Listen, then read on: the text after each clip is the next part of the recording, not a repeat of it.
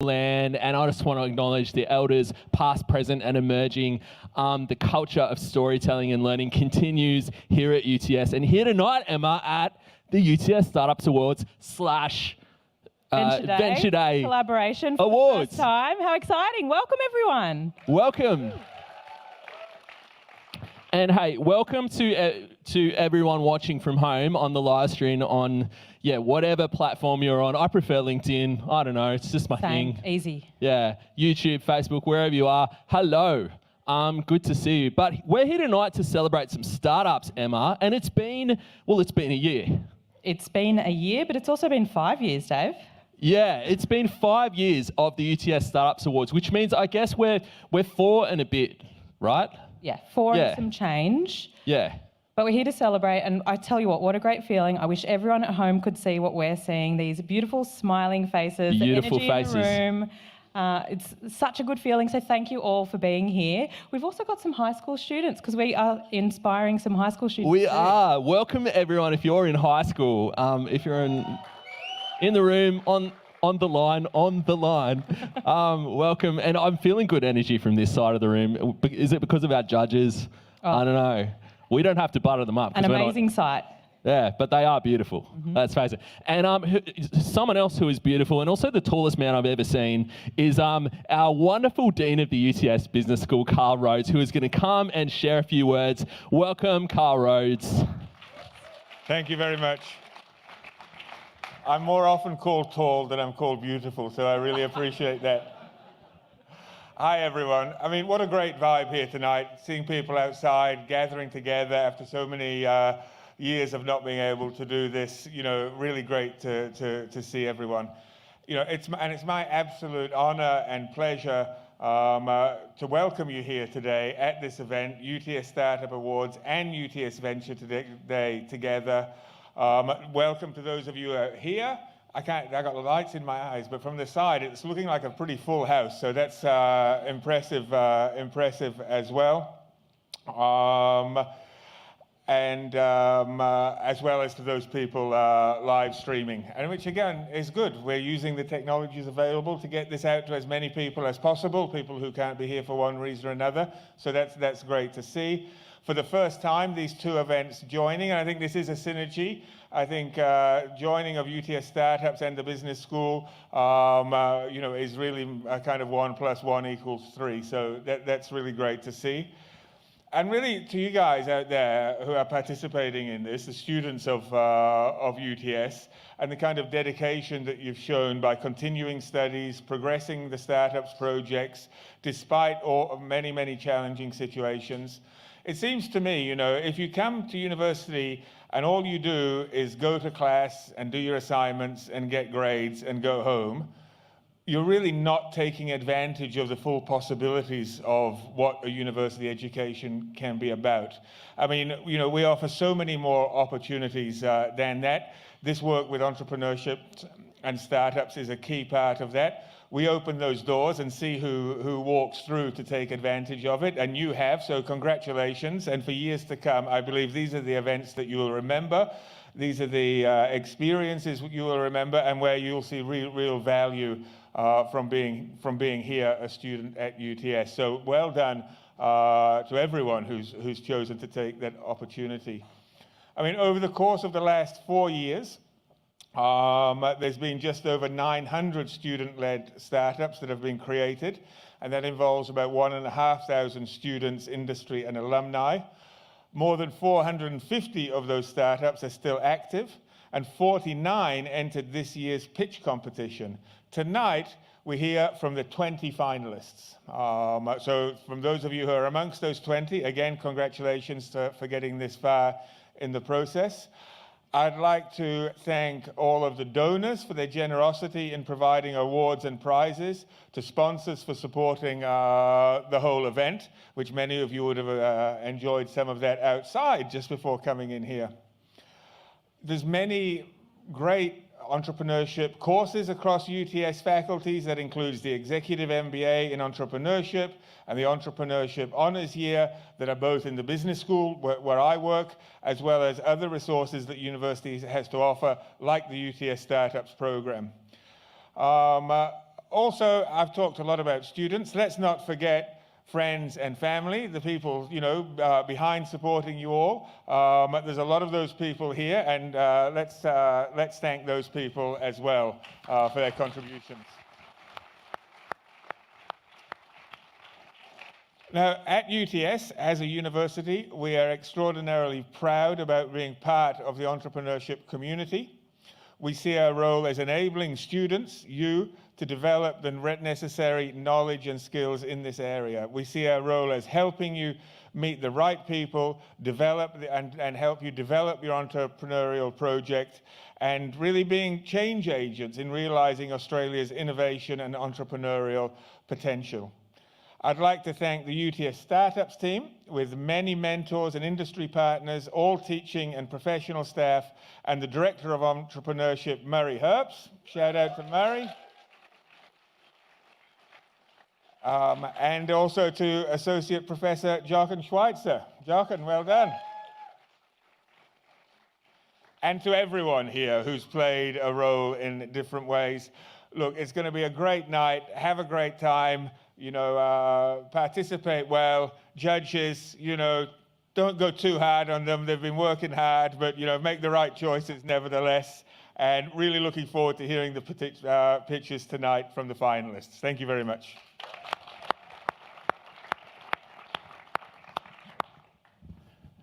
Hello. How are we doing? Good. Good.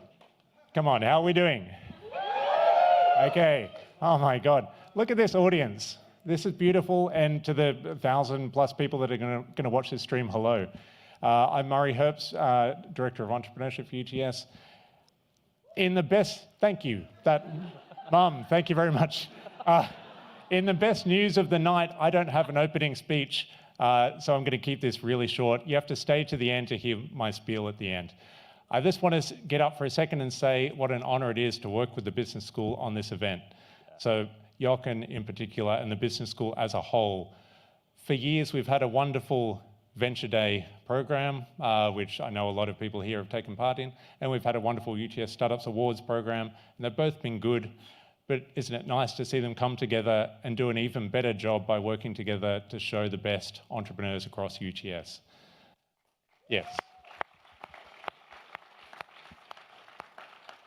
I find UTS to be an incredibly collaborative place, filled with people I actually want to collaborate with, and I'm really grateful for that. So I'm going to pass to my friend and colleague, Jochen Schweitzer from the Business School, Director of Entrepreneurship, who's going to cover judging process and welcome our judges. Thank you very much, Jochen. Thanks, Murray. Thank you so much. And welcome everyone to the UTS Startup Awards and Venture Day combined today. I'm really glad to have you all here in the room. This is a fantastic event. I'm so excited for all the pitches that we're going to hear in just a minute.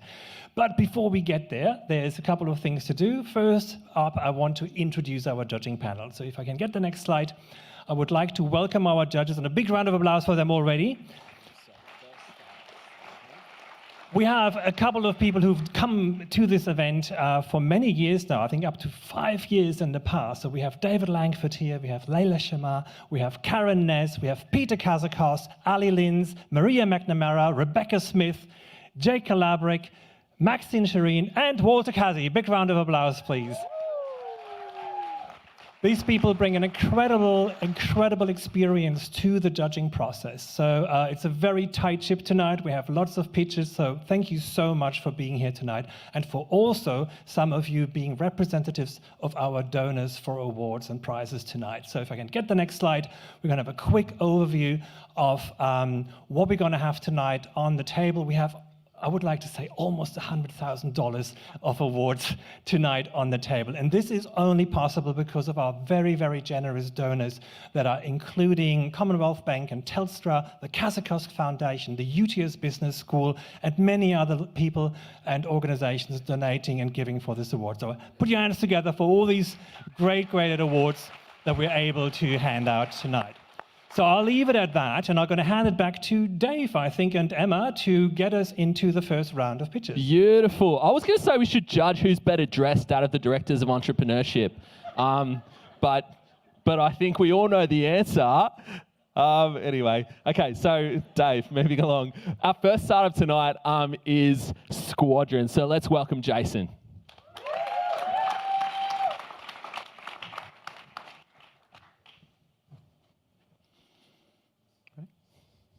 Hey everyone, I'm Jason Bastani, co-founder of Squadron.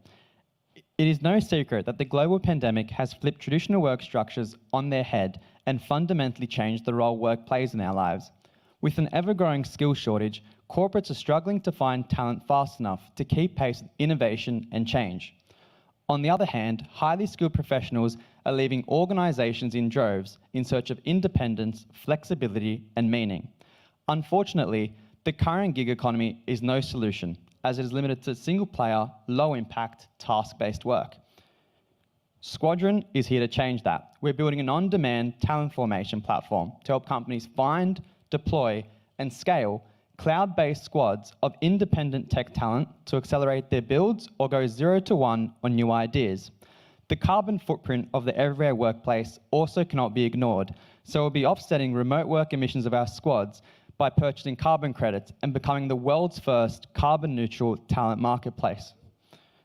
For highly skilled talent, once you have successfully created a profile and progressed through our 4-stage vetting process, you are invited into a close-knit community with other like-minded, high-performing individuals. For corporates, Squadron provides access to world-class, tailor-fit squads. Through the integration of AI and machine learning into our proprietary matching algorithm, we use a combination of skills and experience data along with behavioral science to compose squads that have been optimized to best suit a company's project brief. Market conditions are brewing the perfect storm for Squadron to reposition the idea of contract work as a way to solve big problems. As labour market liquidity increases, we plan to intercept quality talent and provide corporates with the ability to respond to market uncertainty by scaling project resources up or down with ease. In terms of progress, in the short few weeks of launching our landing page, we have organically attracted over 250 waitlisters with a diverse mix of skills. On the corporate side, we received EOIs from 4 businesses and are continuing late-stage conversations with a bunch of other corporates.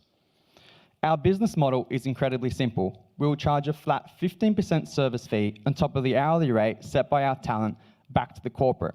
Squadron will not take any cut from the rate set by our talent. By looking at an average squad with a project duration of 12 months, applying very conservative growth rates, retention rates, and modest corporate leakage, we are left with a very healthy LTV to CAC ratio of 7. We are ready to address an extremely large and growing market. Being very conservative, if you only scratch the surface and capture 2.5% of our target market, this alone is a $657 million opportunity on a GMV basis. The model for productizing cross-functional squads of tech talent is still a greenfield space. The left-hand side reflects the traditional major freelancing businesses. We don't see these types of platforms as direct competitors, as they only offer individual task-based work. On the other hand, software development consultancies do have the ability to contract out full project teams. However, the caliber of talent is known to be low, and the corporate overheads are always so high, thus not making them an ideal option for our target customer. In terms of our roadmap, we will kick off with a 10-client test group using our MVP before moving towards an invite-only 100-client closed beta ahead of our public launch in 18 months. This staged approach is to allow us to focus ruthlessly on solidifying our unique product offering ahead of formally hitting the market. This solution is close to our hearts, as Simona and I were part of the 330,000 Australians who left their jobs in the last 2 years as part of the Great Resignation in search of greater meaning and purpose. As a founding team, we have a strong working relationship, a complementary skill set, and a shared fearless hustle to deliver results. As we look to get off the ground with our MVP, we are delighted to be part of the UTS startup community. We're looking to speak with future of work experts, corporates, and passionate independent tech workers who are interested in coming with us on this journey of pioneering the future of work. Thank you very much, everyone.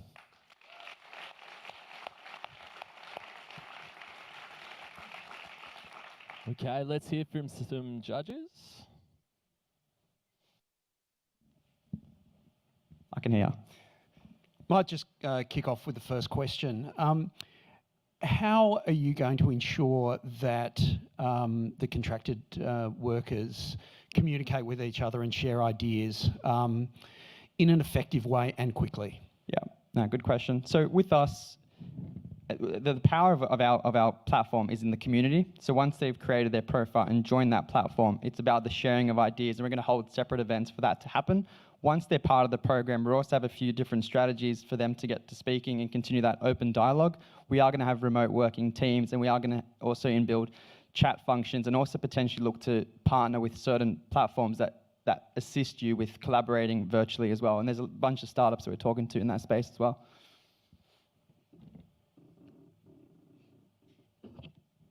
How do you vet the resources? You say you go through this vetting stage. Is that manual, computerized? I'll just get to that slide.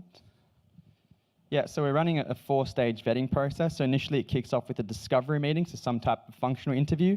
Then we move towards a case study or a skill assessment, depending on the type of role. It is cross-functional teams of tech, so not just engineers, it's also creatives and marketing experts. Then it'll be a culture ad interview, which will most likely be with another member of the community, then followed by sort of mission-specific vetting to ensure that they can deliver that project that they're applying for. And then a rolling continuing excellence to ensure that their skills are keeping up to date.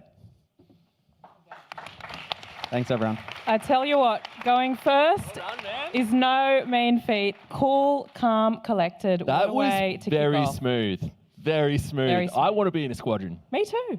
but I want to keep my job. All right, Okay. up next we have Salvage welcoming Joshua.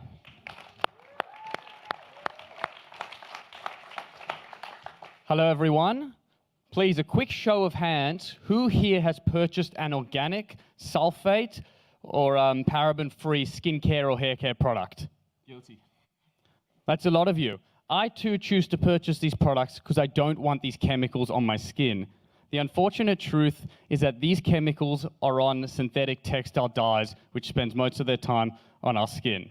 Hi, I'm Josh, and I'm the founder of Salvage. Salvage is a clothing company that dyes all of its fabrics using plants and vegetables.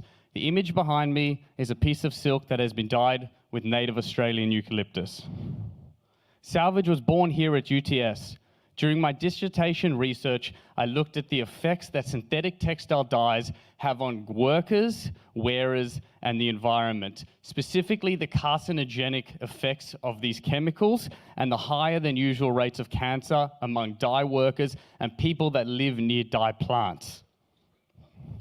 The great news, though, is that the things we need to color our clothing are all around us. It's in the trees, bark, leaves, seeds. It's in our kitchen bins, and it's in agricultural waste. Let me give you a fantastic example. The Australian wine industry, 200,000 tons of waste from wine grape skins every year, a highly valuable dye source.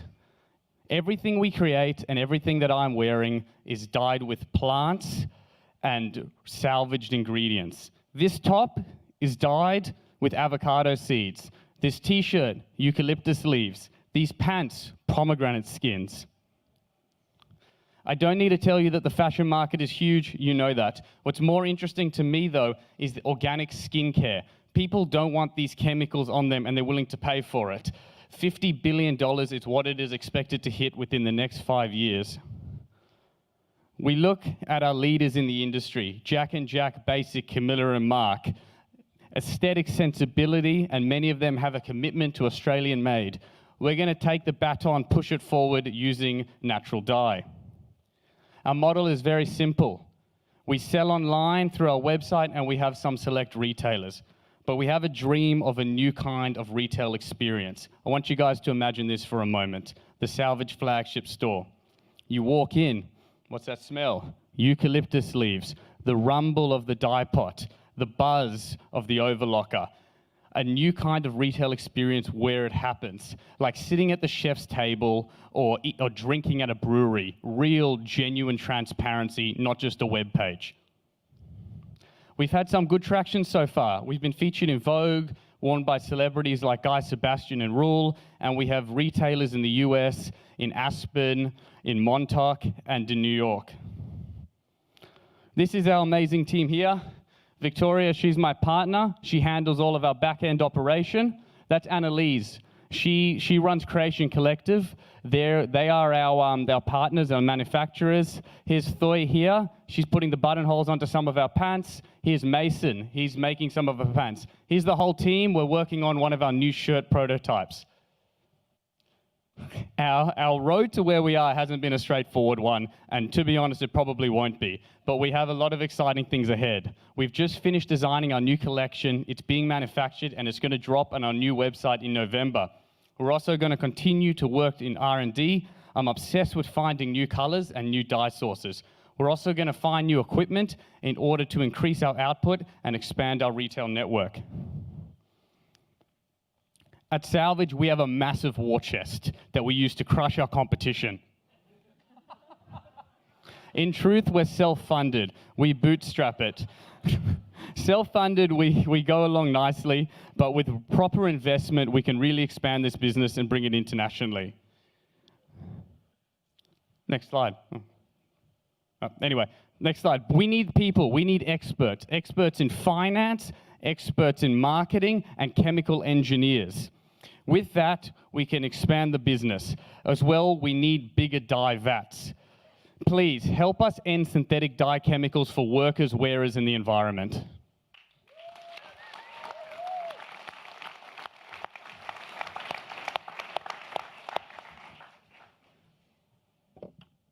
Anything from the judges? Have you done any analysis on fading with your On dye? fading, yeah. So we're constantly doing R&D. So there's so many different things that we can create colors with, but there's only a few that last. So for example, like pomegranate skins work really well. Beetroot, you'd think it works really well, but it fades. So we're constantly trying, and there's many different methods and different kind of temperatures and other variables needed, but we spend a lot of time working on that. Yeah, my question was related. It was like, how do you keep the colours fast when they are these natural colours and without using chemicals to make the colours fast? So you need to mordant it. So what we would use is some of our things, so with cotton, we'd use oak galls. Basically, and you grind that up and you would kind of leave that in that overnight. For protein-based things like silk and wool, you have a fantastic opportunity because if you've got silk, you shouldn't really be putting it in the wash, but also it's protein, and protein has a fantastic bond with things that are high in tannins, flavogens, or indigotins.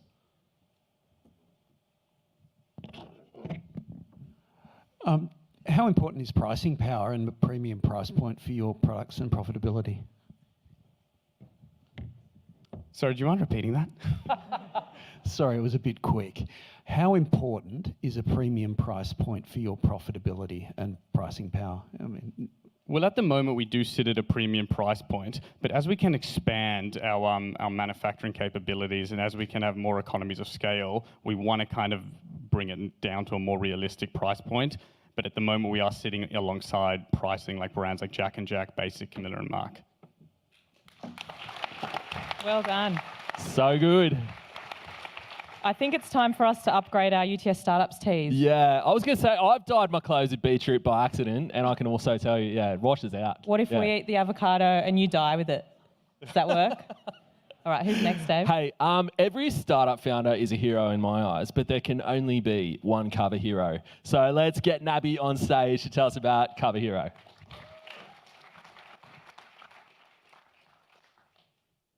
Gig economy by 2025 is going to be more than 50% of the global workforce. People get into it because they love the flexibility, freedom, and autonomy. But this comes at the cost of security. Someone very close to me had a health episode, which meant he couldn't work and his income was compromised.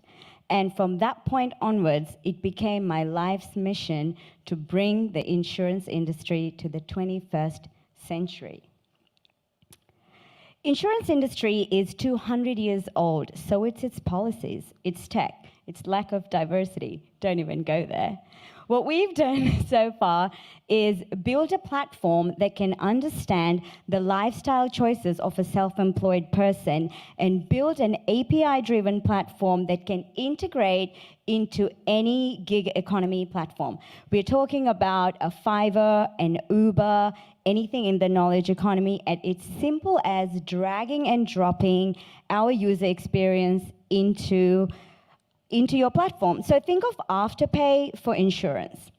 What it allows us to do is simplify a very complex, archaic process that was designed by the insurers for insurers, not properly fit for a modern society where we want to work for ourselves, empower ourselves at whenever we want, wherever we want, across multiple platforms. We've designed a whole range of products. We launched Hustle to the market quite recently. We've got 12 partner platforms signed up with a captive audience of over 500,000 customers. Now, breaking down these platforms, we've got companies like accounting platforms, banking platforms, transport networks, and the likes. And what we're trying to do is embed our API inside those platforms where we can quote, bind, issue, and do all of the functionalities of an insurance product within that platform without the user having to go and look for the insurance product. We've got a really great team behind us, and we've raised $1.5 million in pre-seed funding. We won a number of awards: Emerging InsurTech of the Year in New York, Female FinTech Leader of the Year finalist for 2 years, and Cover Hero being in the top 100 InsurTechs globally. Where to from now? Those of you that are self-employed, please go to hustlecover.com, do yourself a favor, and protect your income. The rest of you that knows a marketplace, has a marketplace, or knows anybody that can be introduced to us, we'd love to get in touch and start collaborating so we can protect the income of Australians. For the next 18 months, we are raising $3 million in our seed funding, and it is to hit our revenue milestones of monetizing the 500,000 customers through our partner platforms. Designed by hustlers for hustlers. Thank you.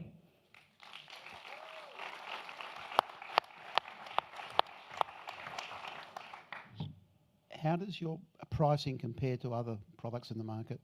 So it's competitively priced. The way our platform works is we partner with insurers and underwriters and co-design the product on the pricing point that we see fit for the level of income. So it's highly competitive. Just as a general comment, it seems like this is a space that plenty of traditional insurers are moving away from. Why do you see that it's something that's an interesting opportunity? How do you actually create margin where others can't find it? There's a big shift happening in the market with the Great Resignation and the rise of self-employed people, and it's not a very understood market for the insurers. Gig economy being 10 years old, insurers and banking sector in general don't understand it. So they don't want to play in a segment that they don't fully understand. But in terms of things like loss ratios, combined ratios, there's historical data from the corporate which can be applied to this. So they're still waiting and watching what the startups do before they can move into the place. But there's still really great appetite around the world from the insurers. Do you have plans to expand globally, and how are you thinking about going about this? Yes, so our next market is North America into 5 different states. Before the pandemic, that was our launch market. We were in fact in Silicon Valley for a whole year in Plug and Play InsurTech Accelerator program. So we launched in the US market, and then after we hit certain milestones that we want in the 5 states, then we will go into emerging markets in Asia Pacific.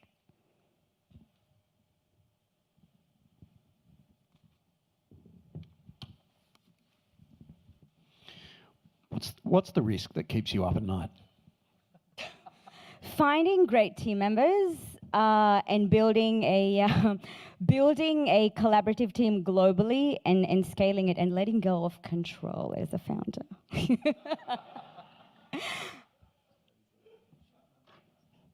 The claim operations, how do you do that? So in Australia, we work with TPAs that are tied to our underwriting agency that we work with. We would not be paying out claims, but we will be handling the claims triaging process. So in each jurisdiction, it has to be compliant with the legislation.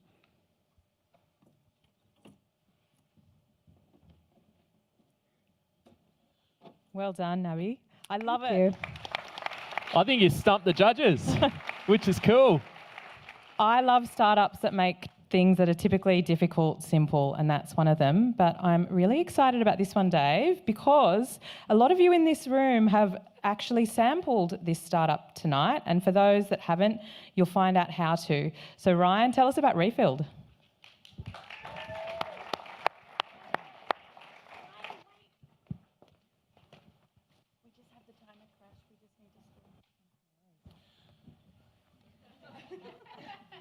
Technical difficulties. What are the chances at UTS of something like that happening? Hands up in the audience who has sampled Refilled tonight. Guilty. Quite a lot. And hands up who are so intrigued that as soon as it hits 8 o'clock and we open these doors, you can walk out and sample it. Who's keen? All right, enough from us. Here's Ryan. Hello everyone, my name's Ryan Nelson and I'm the founder of Refilled. We offer delicious drinks on tap, minus the crap. As you're probably all aware, we're facing a global problem with single-use plastics. Unfortunately, more than half of all plastics ever created has occurred since the year 2000. And we're now at a point where we're producing 481 billion plastic bottles a year. What's even worse is that less than 20% of these are ever recycled, with the other 80% taking over 400 years to break down in our oceans or landfill. Once I started researching this space, I quickly realised that it's in fact beverage brands that are leading this climate catastrophe. Across all industry, the top 3 plastic polluters worldwide are Coca-Cola, PepsiCo and Nestle. Coca-Cola's bottles were found on beaches, rivers and parks of 51 of 55 nations surveyed. So how do we change and become more sustainable? We need to ditch the plastic altogether. Refilled is a technology company creating a sustainable solution for brands, organisations and consumers to go plastic-free. Our circular economy is made up of a smart drink dispenser, an RFID-enabled drink bottle and a companion app that allows people to get a still or sparkling flavoured beverage on demand without any waste. It's a BYOB system and you can walk up, and unlike a traditional vending machine, we don't produce any plastics. Our vision is to create the most sustainable beverage company in the world by driving the transition towards refillables, with the mission of eliminating 100 million single-use plastic bottles by 2030.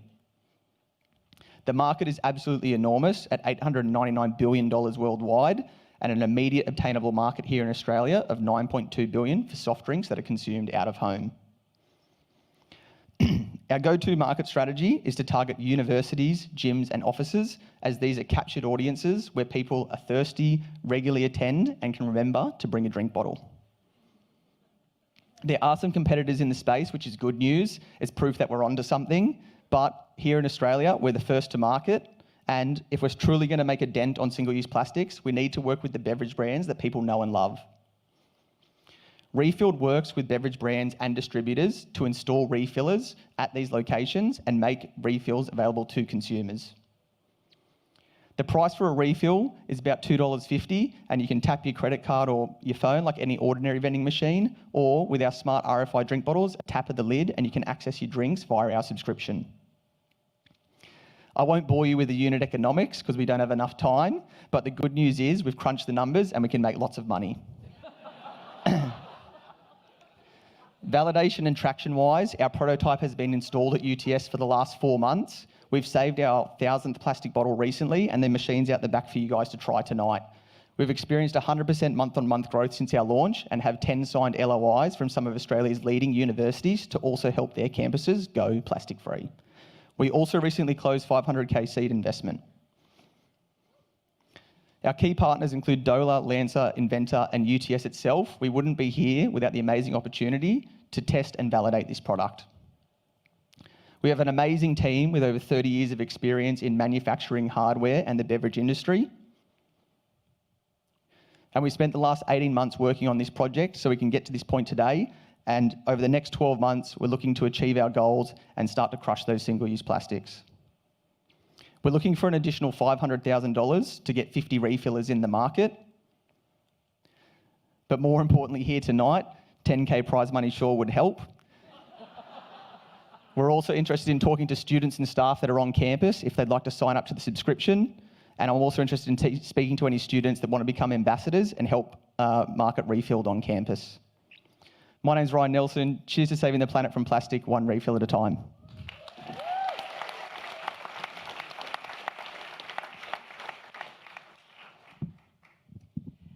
How are you coping with people not coming together in large numbers? It hasn't been an issue so far because our only prototype is here currently at UTS. It's been on campus these last 4 months and students are coming back in droves. So we've actually witnessed that people want to come back, they want to get out of the home, they want to come back to the office, they want to go to university. And so we've seen huge adoption of the machine since it's been here.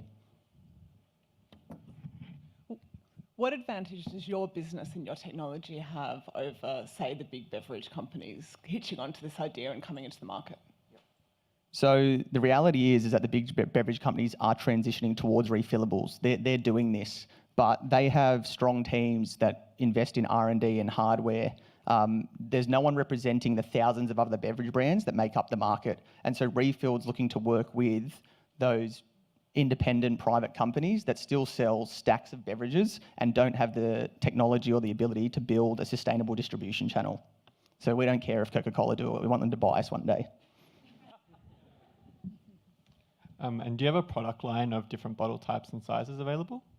For the machine itself? Yeah, so we've got this one here. Yep, so we've got our smart drink bottles down here for the judges. You can use any bottle or you can use one of our own with the chip in the lid for your subscription. And then in regards to the refillers themselves, we've got a stand-up unit. It's about the size of an existing vending machine, but we're also looking to develop with the funding a countertop version that's much smaller and easier to install. Just very quickly, what about health issues when you're using recycled bottles? Whose responsibility is it, yours or theirs? At the end of the day, people use their bottles and carry them around with them and fill them up at plain water dispensers. So it's on the individual person to look after the cleanliness and the sanitisation of their bottle. Well done. We have got more in store when it comes to sustainability, so I'm really excited. We're going to hear about NetNada from Lockie Burke. Welcome, Lockie. Alrighty, so everyone here who works in a business, runs a business, manages a business, or just has a job, if you get your phone out and scan this QR code, my automated software, NetNada, will analyse your business's entire environmental impact by the time I finish this pitch. So, my name's Lockie Burke, and I'm from NetNada. And what we do is we specialise in automated software that analyses environmental, social, and governance impact. The problem is that typical consultancy has huge costs and also takes a lot of time. And most businesses don't have the ability to engage with traditional consultancy in this way. So what we created was NetNada to automate the sustainability consultancy space. Our solution integrates directly in with your suite of softwares, drags out the data, and then analyses your emissions in a matter of minutes rather than a matter of months. Once we've done that, we suggest tailored solutions to your business that not only drive down your emissions, but also provide you with return on investments and automate engagement with your stakeholders, both internally and externally. We track the ROIs as your emissions go down, and we also look at ways that we can get your team engaged. To top it all off, at the end, we're accredited to certify you as climate active, carbon neutral, and also give you neighbours ratings across your streams. It's really, really simple and really, really easy. And what it takes is just for you to sign up and then be able to be on your way to make sustainability one of your strengths. Our use cases are awesome to date, and we're very proud to announce that recently we've diverted over 2,400 tonnes from landfill, and we've saved over 1 million kilowatt hours of energy. Our market size is huge, and so it should be. Sustainability is a very, very exciting space. But we're just interested right now at looking at the massive MRR, or monthly recurring revenue opportunity within just Sydney alone. But in saying that, we're currently operational all across Australia, in New Zealand, and also over in the UK. With our competition, we know that, as you guys are probably already seeing in your email inboxes, that we're very, very fast. We also provide the ability, which none of our competitors do, to track the return on investment of solutions. And we also have a very easy and functional UI. Our competitive advantages are driven around the fact that our software is AI enabled and that we've built on machine learning predictive analysis throughout all of the aspects of our software. This makes us faster, more affordable, more scalable, and also allows businesses to get certified at the end. Our business model is quite simple. It's just a subscription, but we're very, very excited to recently announce that we now have our freemium product, which you guys have just scanned on for. And we've also recently announced a partnership with Xero, and we're on their app store. Our traction to date has been really, really good. We've got a bunch of businesses on who are all experiencing awesome benefits. And as I mentioned, we're creating huge environmental impacts. We've just recently closed our seed, and with some good revenue, our team is also being able to grow. We've got an incredible tech team and also some great new marketing and sales capabilities that have come on board. I guess Alfonso and myself are all right as well. With the roadmap, we've been smashing through things, and I think it's important to keep 2021 on there. But as far as 2022 and 2023 goes, the plan is to make a hard launch into the UK at the end of the year, building off the back of our current 6 clients over there and the case studies we're making around them. And then hopefully by the end of next year, we'll be looking to raise our Series A. Our ask from you guys is if you have any businesses or any people you know that want to make sustainability one of their strengths, please reach out and help us reduce your emissions while increasing your profitability.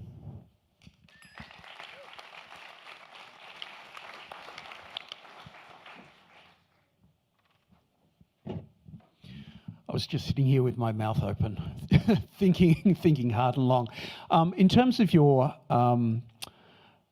sort of key client base to sort of kick off with, are they SMEs or are they medium-sized, business, large business? Yeah, really, really good question. It's medium-sized enterprises is our target space. 20 to a couple of hundred employees is where we target. In saying that, our largest clients have about 5,000 employees, and our smallest is like coffee shops of 1 or 2. So we do cater each side, but we're really targeting businesses who don't have the money, time, or subject matter expertise for consultancy, and that's typically medium-sized enterprises. They know they want to do something about it. They know they need to. They're being asked to do something, but they can't, and here we are. So what is the average dollar cost to a business? The average subscription is $250 a month. Not bad compared to $100,000 for a consultant. And in terms of your edge, I mean, how would you sum up your edge really quickly, just in terms of the technology? Speed, return on investments, and automated stakeholder engagements.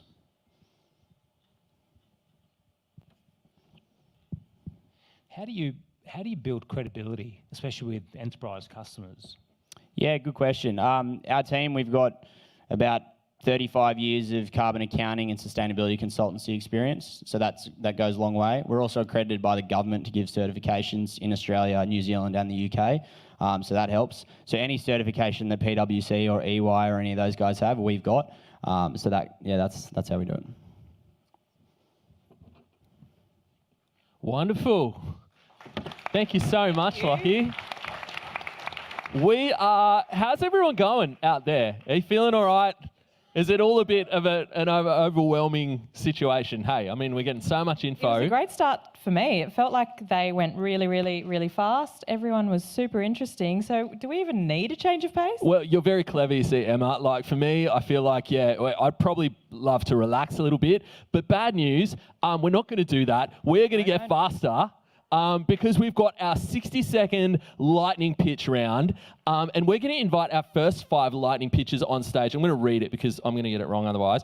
We have got Liberty with Walking Tall. We've got Nestique with Keith. We've got Makuno with Jono, Everheld with Michelle, and Build a Ninja with James. So welcome these guys onto stage. We are going to have our first ideas stage, early stage and ideas stage lightning round. So take it away, Liberty.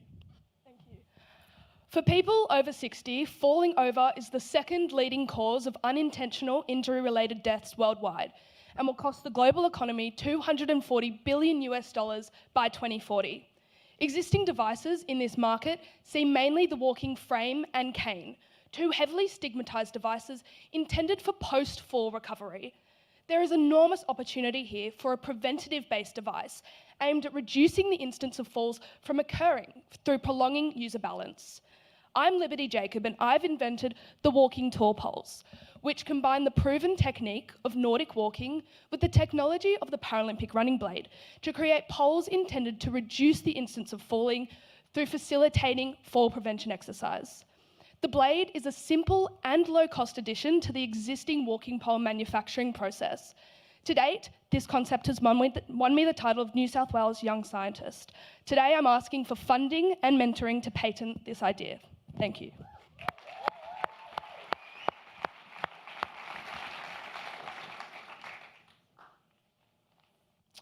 With the rising cost of living, it is currently difficult for people to keep up with their rent and travel freely.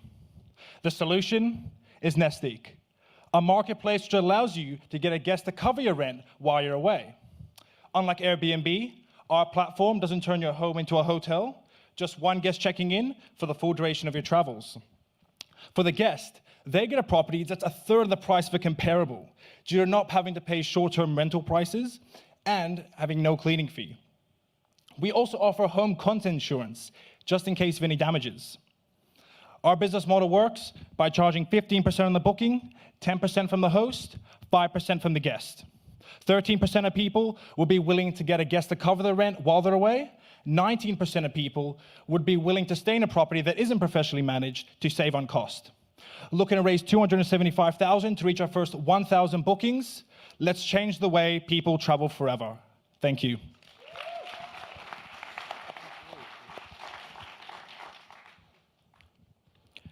Did you know that furniture manufacturers produce more than 47 kilos of carbon emissions for a single chair, similar to those using tonight? At the same time, if they're sold in a store in Australia, 84% of furniture items end up in our landfills. We think conscious consumers need better options, and that's why we created Makuno. Makuno uses clever designs and unique on-demand 3D printing to produce furniture from recycled materials and waste. Our process creates only 2% of the carbon emissions of traditional furniture manufacturing, and it also creates recyclable furniture. We're here tonight and we'd love to talk to potential partners around pilot programs, as well as investors that are keen to help us grow. This year, 4 million Australians will purchase furniture, and now they finally have a sustainable option to make a meaningful change with their own homes. Thank you.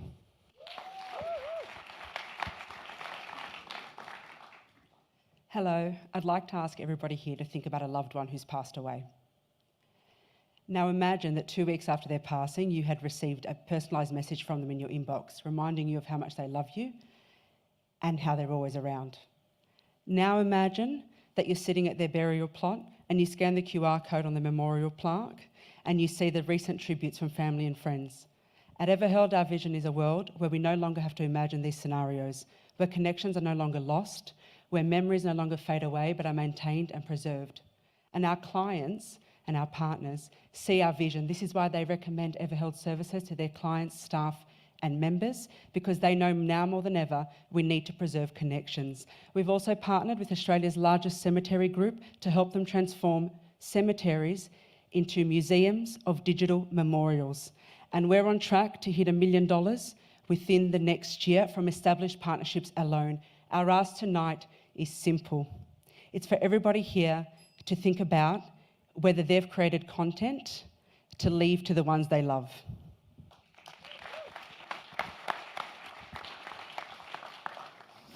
Hello. A few years ago, I went through a full renovation of a house. I've never seen someone swear so much or spend so much time on manual admin. As a project manager specialising in software and as a son of a builder, I thought there has to be a better way. Do you know there are 60,000 registered building companies in Australia and 800,000 if you include the UK and US? It's a massive market.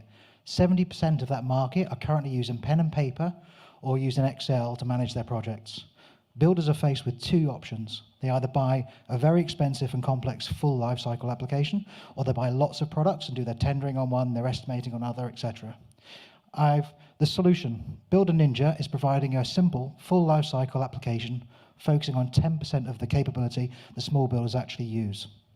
I've spent 2 years spoken with hundreds of builders. I've worked with 2 freelance SMEs to design, redesign, and redesign the application.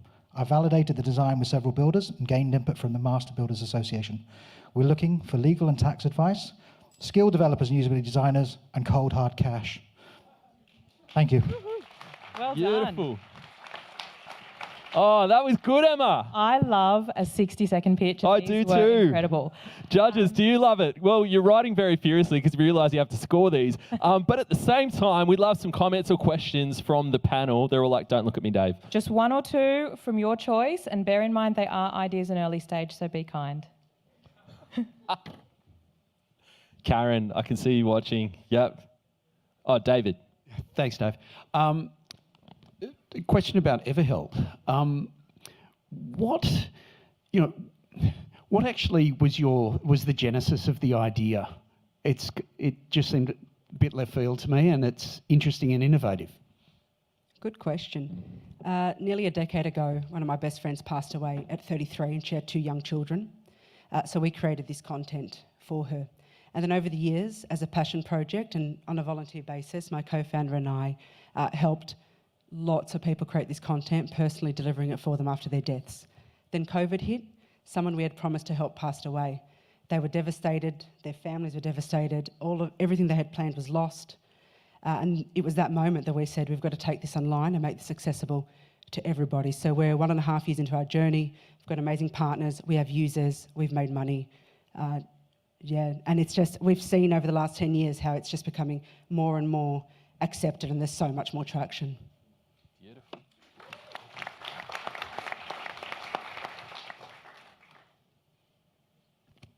Karen, go ahead. Just interested in Building Ninja. There are sort of, I guess, competitive products on the market, and as you said, there's been sort of low adoption of those. So what do you think the key hurdles are for adoption? What do I think the key barriers are, did you say, for adoption? Or? Yes, yes. I think the complexity of the product. I mean, I've spoken to hundreds of builders. There have been things like transmittals. You talk to a regular builder and you say, what is this functionality? They don't understand it. They don't need it. They spend their time, I build on average about 5 projects per month, and they'll win 20% of those.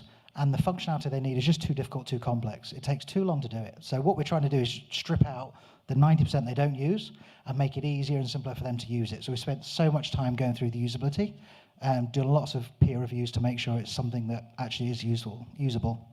And have you got good feedback from the builders as well on the product? Have they been trialling it, or is it still idea stage?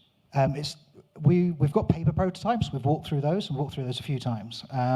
We've got great feedback. We've got a couple of builders that actually wanted to invest in us. And we got great feedback from the Master Builders Association of Australia as well. So yeah, the resounding feedback is it's great, it's a niche, it's needed, but there isn't anybody saying that. You've got Procore and various other people that have IPO'd, and to be honest, they're not focused on the small builders. So that's the gap. No, great, thank you. Beautiful. Let's thank this incredible crew. Well Thank done. you, guys. We've got 5 more in 5. Yeah, Dave. this is not the time. If you're watching from home, this is not the time for a Magnum from the freezer break. No, it is. 5 We're and just 5. keeping on going. I can't even say it quick enough. Let's welcome Dave. Read your paper. Delta, Caddy Snacks, Stack Tech, Snack Savers, and Avant E. Come on, let's give them a hand. Right.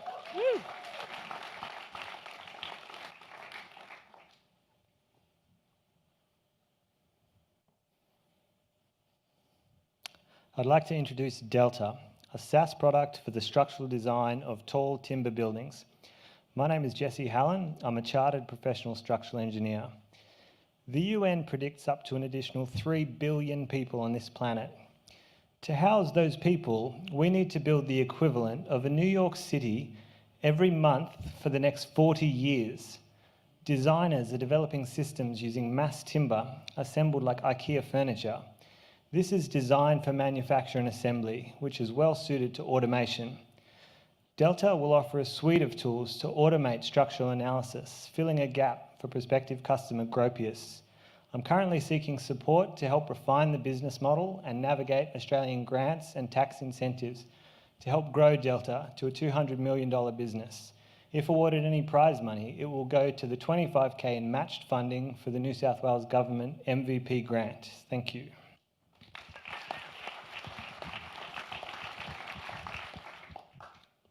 I started Caddy Snacks to solve a really simple problem. There was nothing decent to eat on the golf course. At most golf courses, their idea of sports nutrition is a Mars bar, a Kit Kat, a pack of chips, or a meat pie. So I decided to make a healthy, convenient, and durable snack that was perfect for the golf course. Jeff Ogilvy, the US Open champion from 2006, describes it as the perfect snack for the golf course. But we think that it's got far greater potential than that. We think that it could be the perfect snack for everyone. We've been on the market for 9 months and we're in most major golf courses around Australia, but we need to grow our brand presence and get into cafes and become the bar of choice for workers and students around Australia.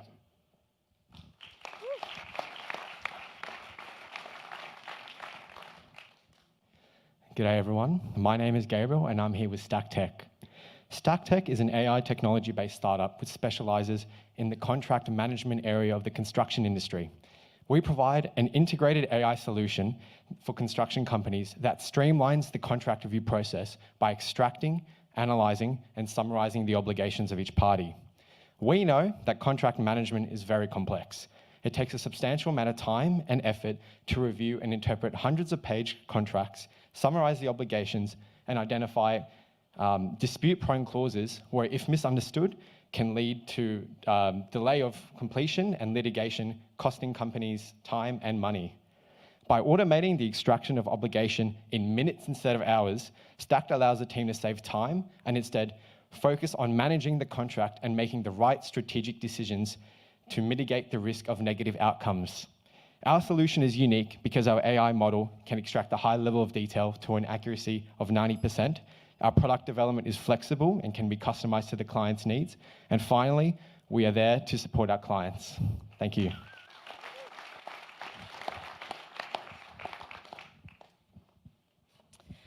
Imagine you walk into a bakery at closing time and they still have many pastries to sell. What do you think happens to them? Food businesses in New South Wales throw away 30% of food they buy.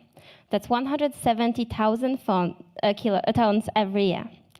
Or equivalent, that's 170,000 tons every year. Oh my God, I'm sorry.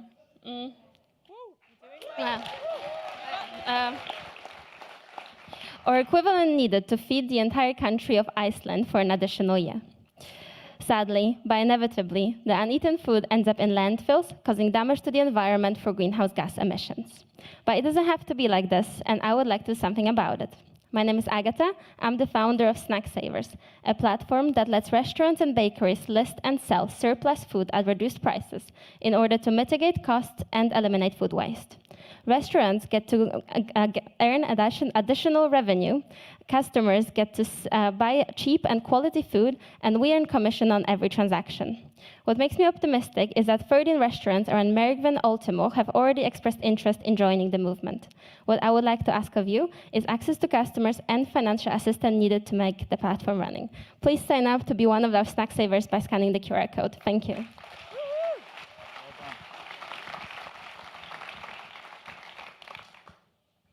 49% of millennials are living paycheck to paycheck. Younger generations are priced out of the housing market and drowning in student debt.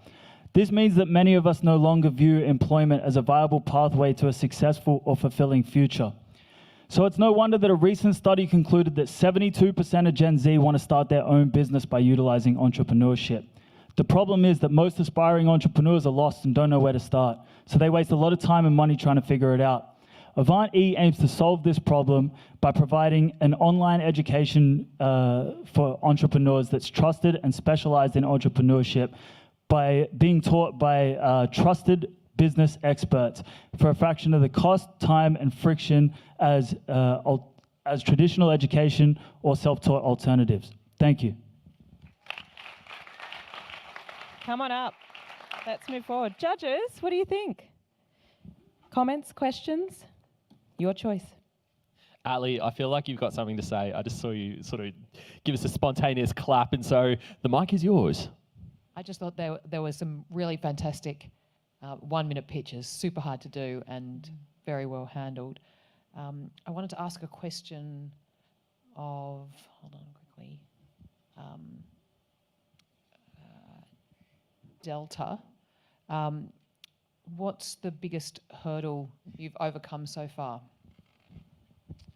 I think finding a technical solution. So rather than trying to build everything myself, just through past work experience, I've come across a lot of different products which basically I've strung together, and I think that's what gives us an edge over the competition as well, because while they're working away writing their own software, we can leapfrog them by leveraging really high quality open source and third-party commercial products.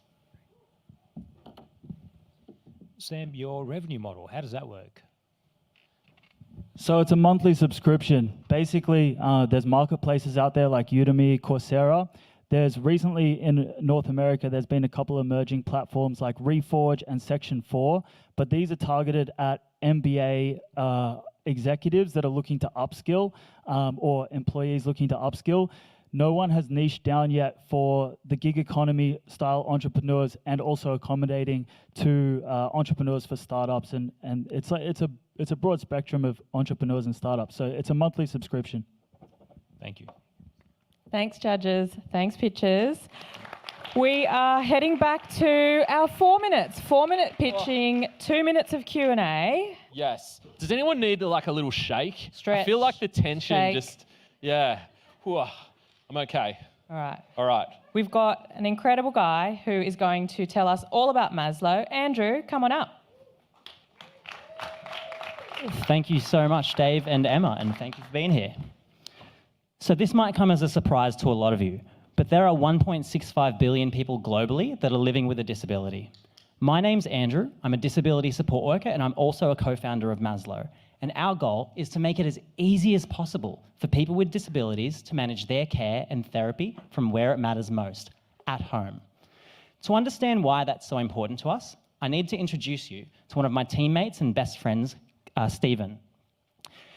In 2017, Stephen was out with some friends when he dived into a pool, hit his head on a shallow step, and was immediately paralysed from the neck down. He spent an entire year in rehab hospital trying to learn everything he needed to know about managing his injury from home. But it was when he got home that the complications started. He said that I'm sick of repeating my care routine to carers and support workers every single day. It's impossible to remember what my 5 or 6 different therapists want me to do at home, and there's simply no handover between my EP, my OT, my support worker, my exercise physiology, just my family and everybody else. He's not the only one experiencing this. There are 4.4 million people in Australia that require care and therapy due to having an ongoing disability. There are 19,000 service providers that provide support to them, and there are 2.65 million support workers and caregivers, just like myself, that deliver that care in the home every day. We've spoken with thousands of them, and they all unanimously agree. The paper-based status quo is broken and unsustainable. So we formed a team of support workers, therapists, and young people living with disabilities to address this challenge, and we created Maslow. Maslow is a mobile platform that puts the user back at the center of their care and therapy from home. People with disabilities and caregivers can remotely access therapy programs from all their therapists. They can completely personalize and share their care plans with every single support worker and caregiver that comes to the home to give them support. And all of that adherence, data, outcomes, and feedback is remotely monitored to ensure that the care is delivered with quality, dignity, and consistency. Our business model is remarkably simple. It costs $299 per year to the family, and because it enables choice, control, and independence, it's been completely subsidised by insurers like the NDIS in Australia and the Ministry of Health in New Zealand. And we've proven that this is viable and that there's huge demand for this. More than 10,000 users in Australia have signed up, been invited, or been referred by their therapists. Nitin, my co-founder over there, has personally onboarded more than 1,600 people with disabilities, their families, therapists, and support workers to control their care and therapy from home. And as a result, we've generated more than 70K of annually recurring revenue to date, and we're growing massively month on month. But that's really great. But so is the impact that we've made to families at the end of it all. Take Emma, for example, who is diagnosed with multiple sclerosis, requires a number of support workers and therapists to deliver her care in the home. She said it used to take her weeks onboarding support workers, but using Maslow, it now just takes her minutes. We've nailed our direct-to-family model and reached product market fit. In fact, it costs us $50 for Nitin over there to acquire a new family and onboard them, resulting in a $299 per year annual sale. And we're just short of profitable in this model alone. They've invited hundreds of their service providers to use the platform. We recently had a successful B2B pilot, and we're about to relaunch to those hundreds of service providers, and we're about to scale this model. So watch this space.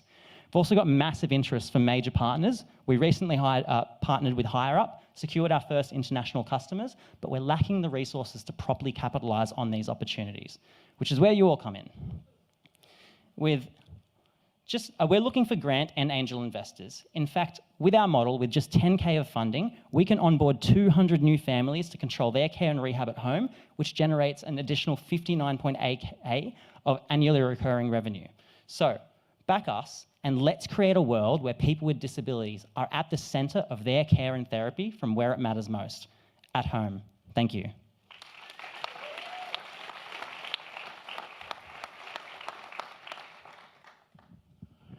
Congratulations on the work that you've done. It's an enormous job for families to manage. In terms of managing therapy schedules, so is there, first of all, is there time frames? So is there a sort of a calendar that you manage?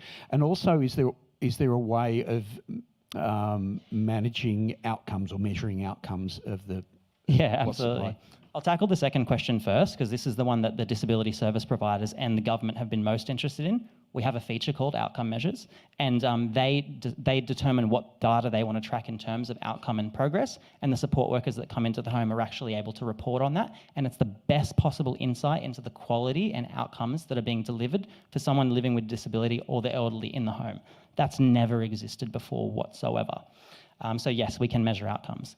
In terms of the therapy schedules, the way that the product is used is that as someone living with a disability, you might go through 5 or 6 different therapists in your lifetime. You don't stick with one person. What it enables them to do is take a therapy program that will follow you for life and ensure that you're not reinventing yourself every time you go to a new therapist. So that's the way in which the therapy programs feature actually is used. Do you have a mechanism for ranking providers? For ranking providers, again, that's also really interesting. So we've got one of the most unique data sets about quality, consistency, and satisfaction for support workers. We've been building that database. A lot of our users take it to their NDIS annual reviews in order to justify their funding, fire some of their crappy support workers, and move to better providers. This is only for in the home, or is it also useful for families managing patients in hospital or aged care providers? Yeah, that's also really interesting. We originally designed it for people with spinal cord injury because that's what our friend had, and it just so happened that it was parents with children with autism or sons and daughters of elderly parents that wanted to keep them in their home rather than moving them to an aged care facility that this became really useful for. So our market's growing really, really naturally, and we're just trying to keep up. Thanks, Andrew. Well done, Maslow. Thank you, Andrew. I, like many Australians, went overseas, Emma, and I wish I got an upgrade on my flight, but we're about to get an upgrade on our performance. So, Minnie, why don't you come and tell us all about Upgrade Your Performance? Thank you. Woo!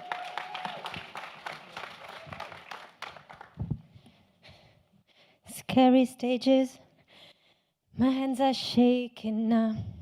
That big audience, my mind has gone on blank. Oh my God, does anybody know why this is happening?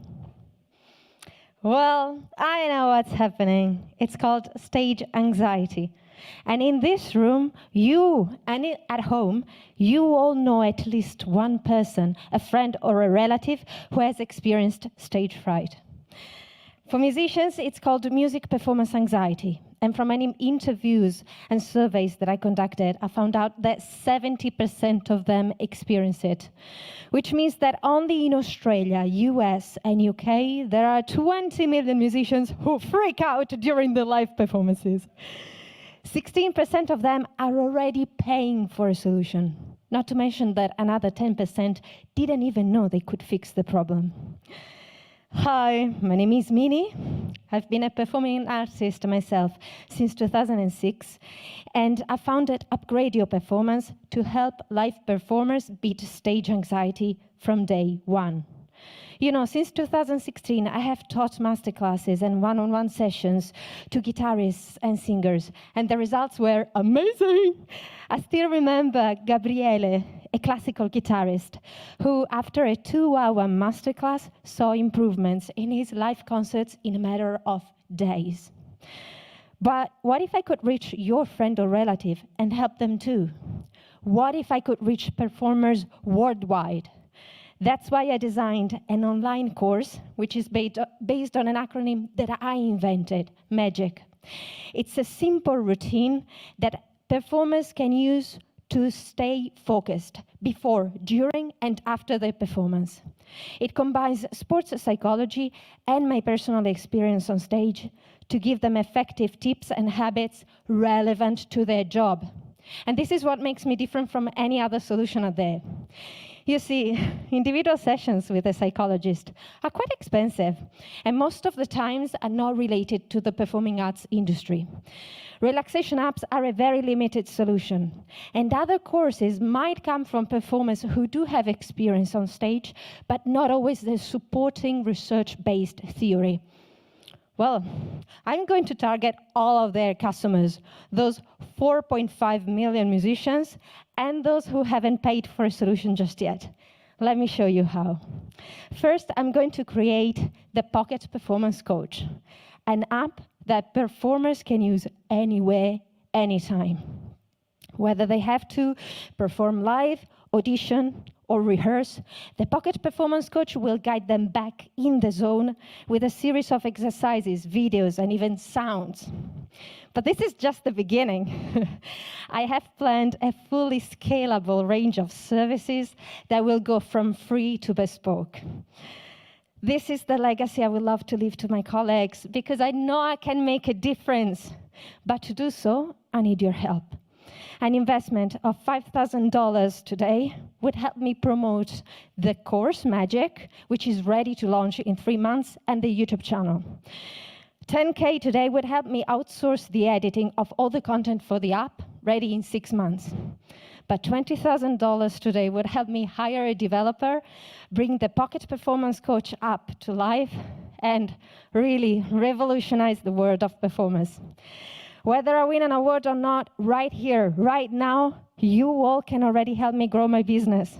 Subscribe to my YouTube channel, and why not, start upgrading your performance. Thank you.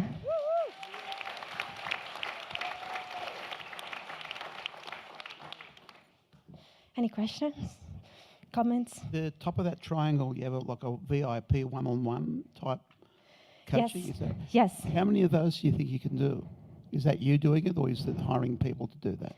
I'm going to do it for now. That's an amazing question, because in my mind, that goes runs. At home at night, there is the idea of creating the academy for coaches that can coach others. That's the only way that the person, individual sessions can become scalable. Otherwise, I still have 24 hours per day. Thank you. How would you describe the magic in magic? The magic. What's the magic in magic? Because it's simple. Because with those 5 words, let me go back to, because with those 5 words, methods, achievements, game, isolation, collaboration, anytime during your performance, you know, okay, stop, do this. It's sometimes simple is better, rather than theories that are behind, but that you don't want to remember while you're here.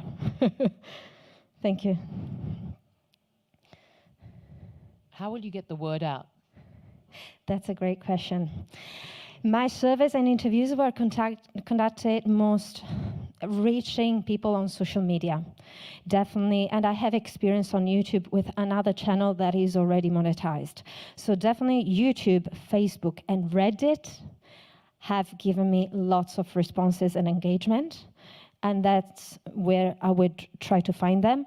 Also, why not live academies, conservatoria, schools? Thank you for your time. Thank you. Thank you. Minnie Minarelli, a name you will always remember. I wish we'd spoken to you about an hour and 15 minutes ago, but what can you do? What can you do? I love a prop, Dave, 'cause this guy's got a prop. He does. And we're about to hear all about it. Bear hug pallet wraps. Tom Field. Come on up. Speaking of stage fright.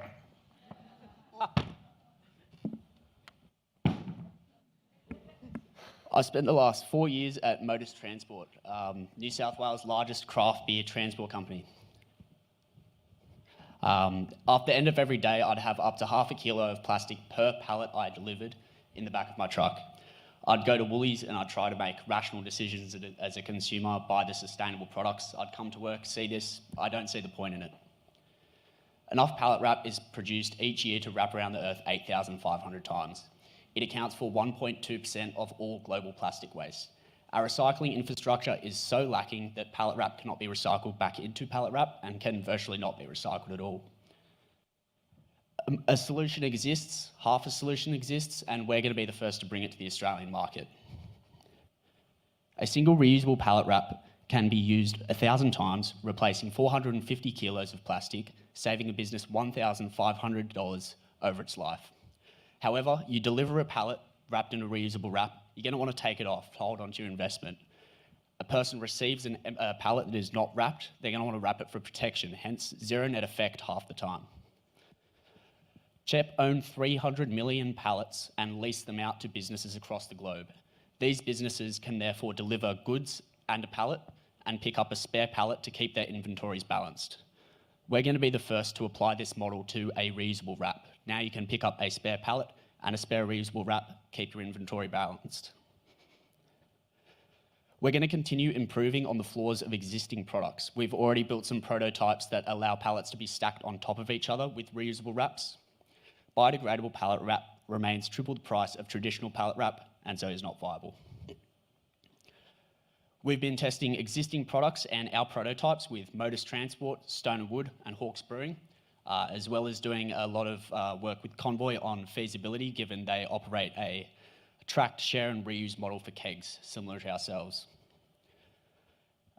A single reusable pallet wrap design can cover 70% of the total available pallet wrap market, giving us a $5.8 billion total available market.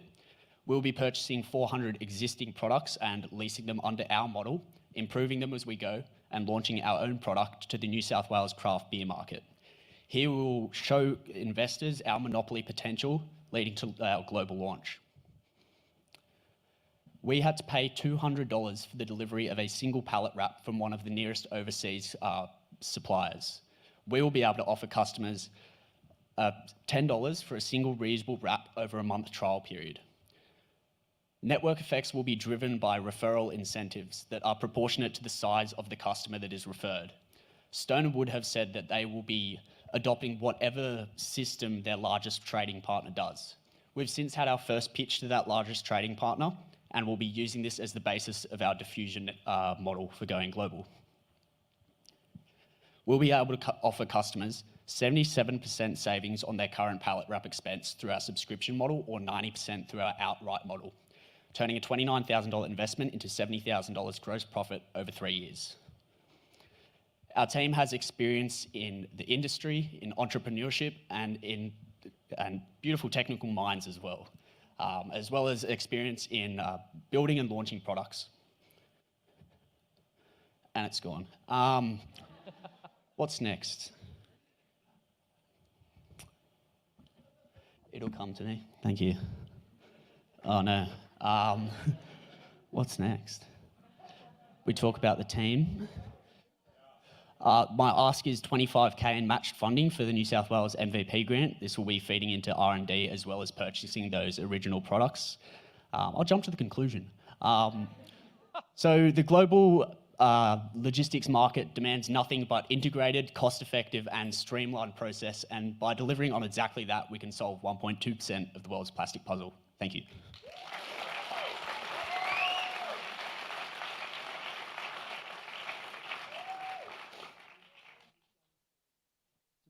on the labour involved in actually using the reusable wrap as opposed to using the one-off wrap? So plastic wrap itself takes 2 minutes to apply. That's not really factoring in the fact that a forklift has to come over, drop it on a rotating machine, and someone else has to stand there wrapping the pallet. 2 people, forklift waits there, takes up warehouse clutter with the wrapping machine itself, as well as the driver. Our products can take up to down to 90 seconds. Competitors claim 40 seconds, but that's not true. But as well as that, it removes all the waste disposal requirements, many other things that bring indirect costs for businesses. Thanks.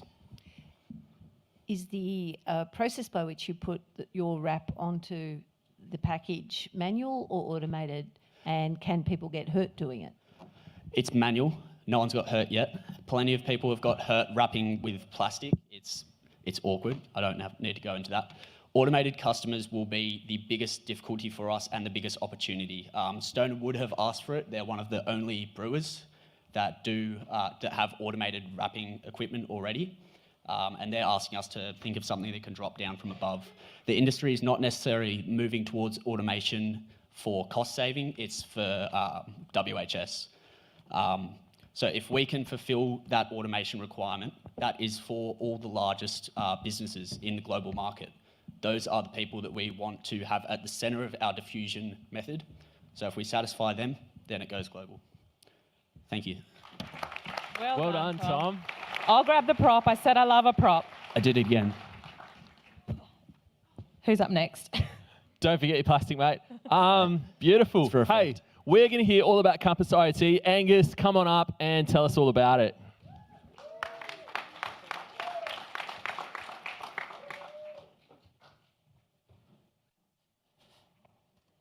Whoa, they're bright.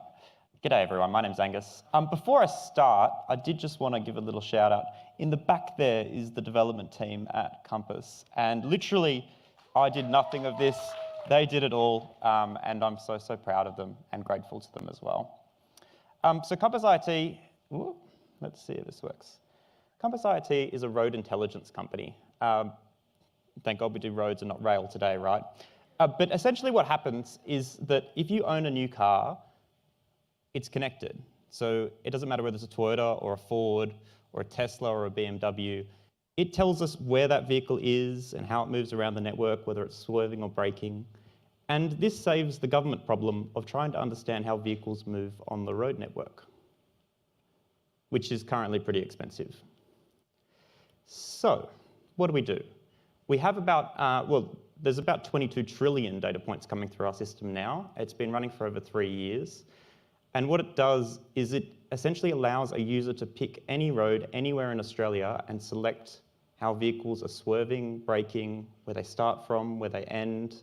And that's so you can plan a better road network. So who here lives in northwest Sydney? Yeah, anyone? Yeah?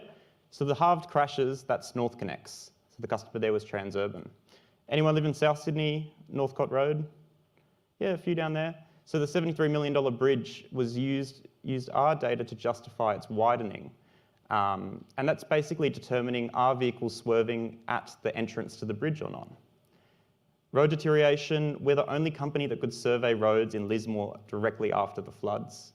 And then I'll show you some TMR stuff in a second for Queensland Freight.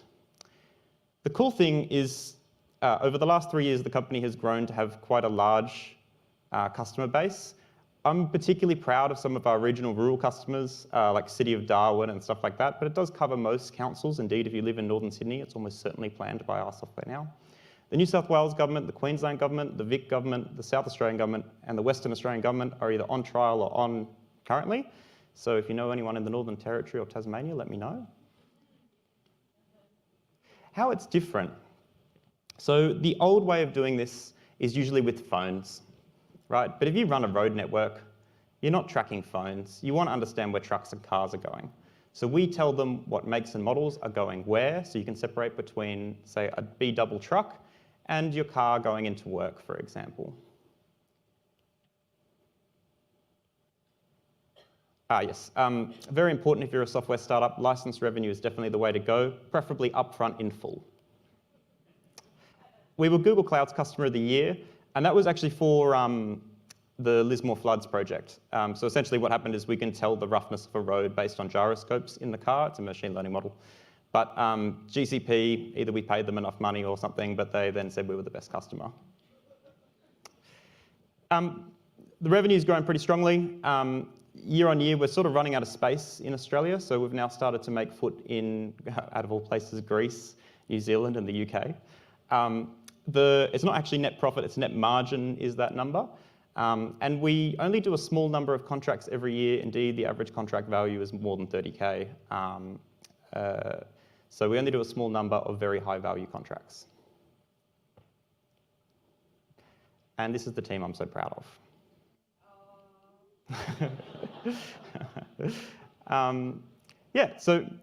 We have a few new product lines coming down the pipeline. I won't go into super detail, but they basically involve the AEST systems, if anyone knows what that is. Basically the cameras around the car and sensing the road network and all the things around it. We call that road intelligence. We got Vic, so you don't need to worry about that. But if you've got any introductions to the feds, that would be lovely as well.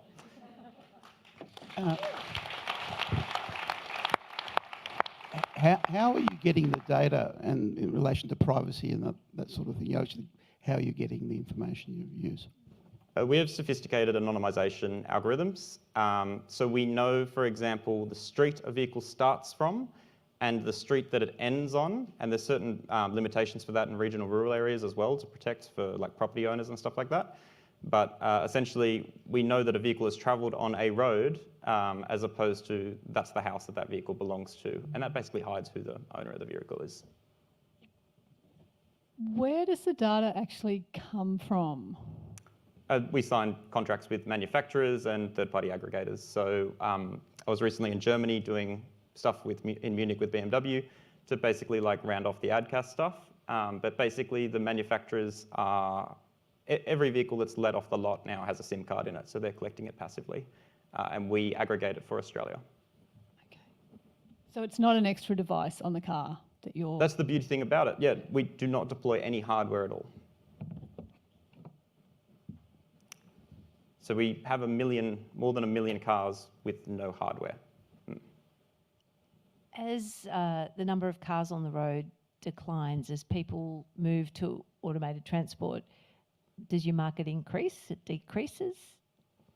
So actually the change is the opposite way. So every new car that is sold is connected.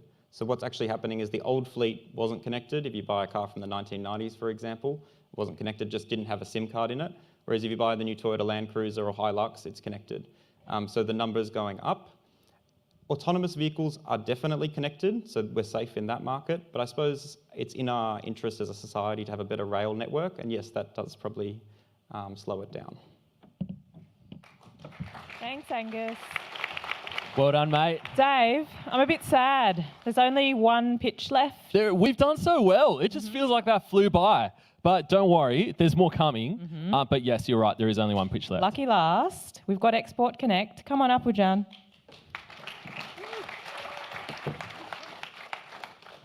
A lot of hands and faces. All right. I'm not Charles. I'm not quite as tall as Charles, but we wish him well. Cool. So, increased wealth creation has resulted in global food exports to rise by 17% in the last year. Now, what we've realized is that exporters, not just Australian, but internationally, are in the dark.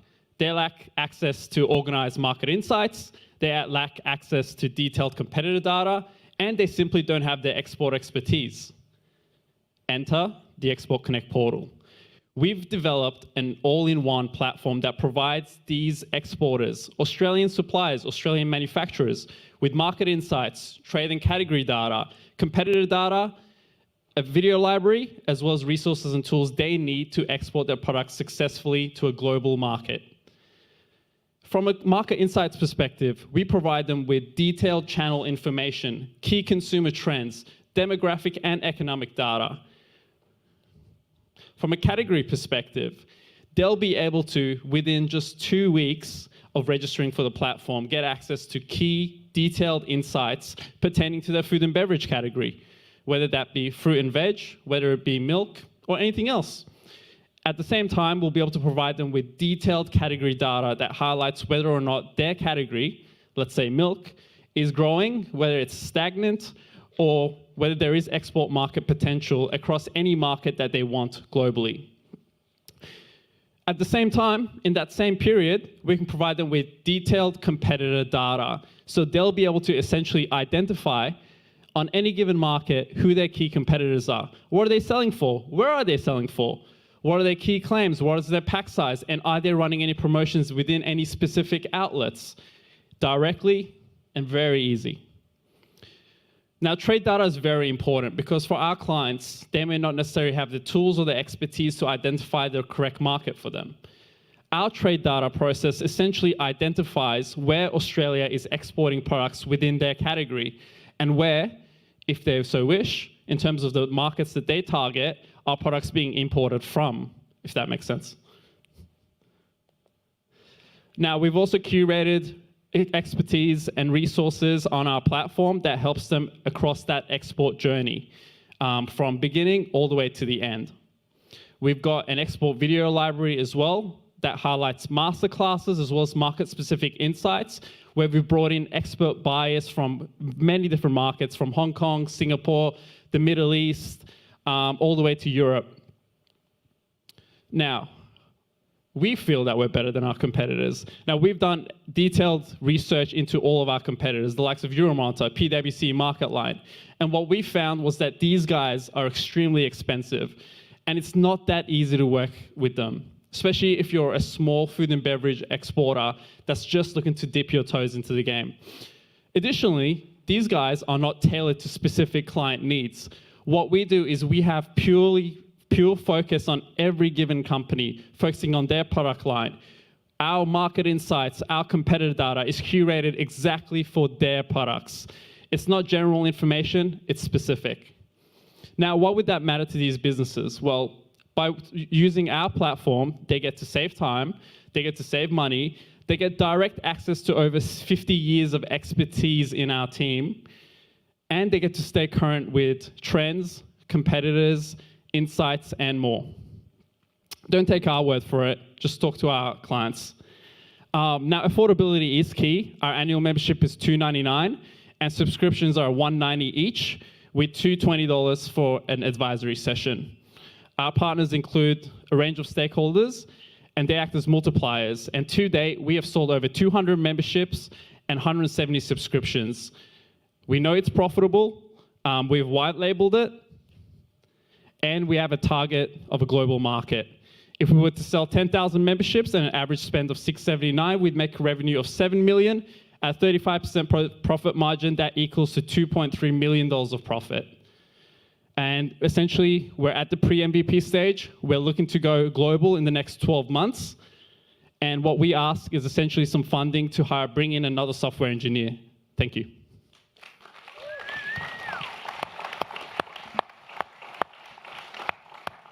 Can you tell us a bit the data that you have collected to be able to provide this service? Yes. Is that all in sort of written form or in the heads of all these people? Yeah, absolutely. No, so we've got a partnership with Global Data, which is one of the largest data providers globally. They cover all food and beverage categories. They cover health and wellness products, personal care products. So, food and beverage is just the start for us. We're going to be expanding across multiple categories. We're going to be expanding globally. We know who our target audience is. We know who the stakeholders are, which will act as a multiplier. And we're very confident that with our expertise, with our experience, and with the feedback that we've received from our current partners, that we can essentially go global with the platform. Have you thought about the risks of sharing this kind of data between competitors? Absolutely, and companies may be concerned about that, and that's a great question. But for us, it's about growing the industry as a whole. Our vision is to see a thriving export industry, not just in Australia, but globally. Once we share, say a company that sells milk comes to us and buys a subscription, they're only going to be receiving that subscription. Their competitors won't receive that subscription.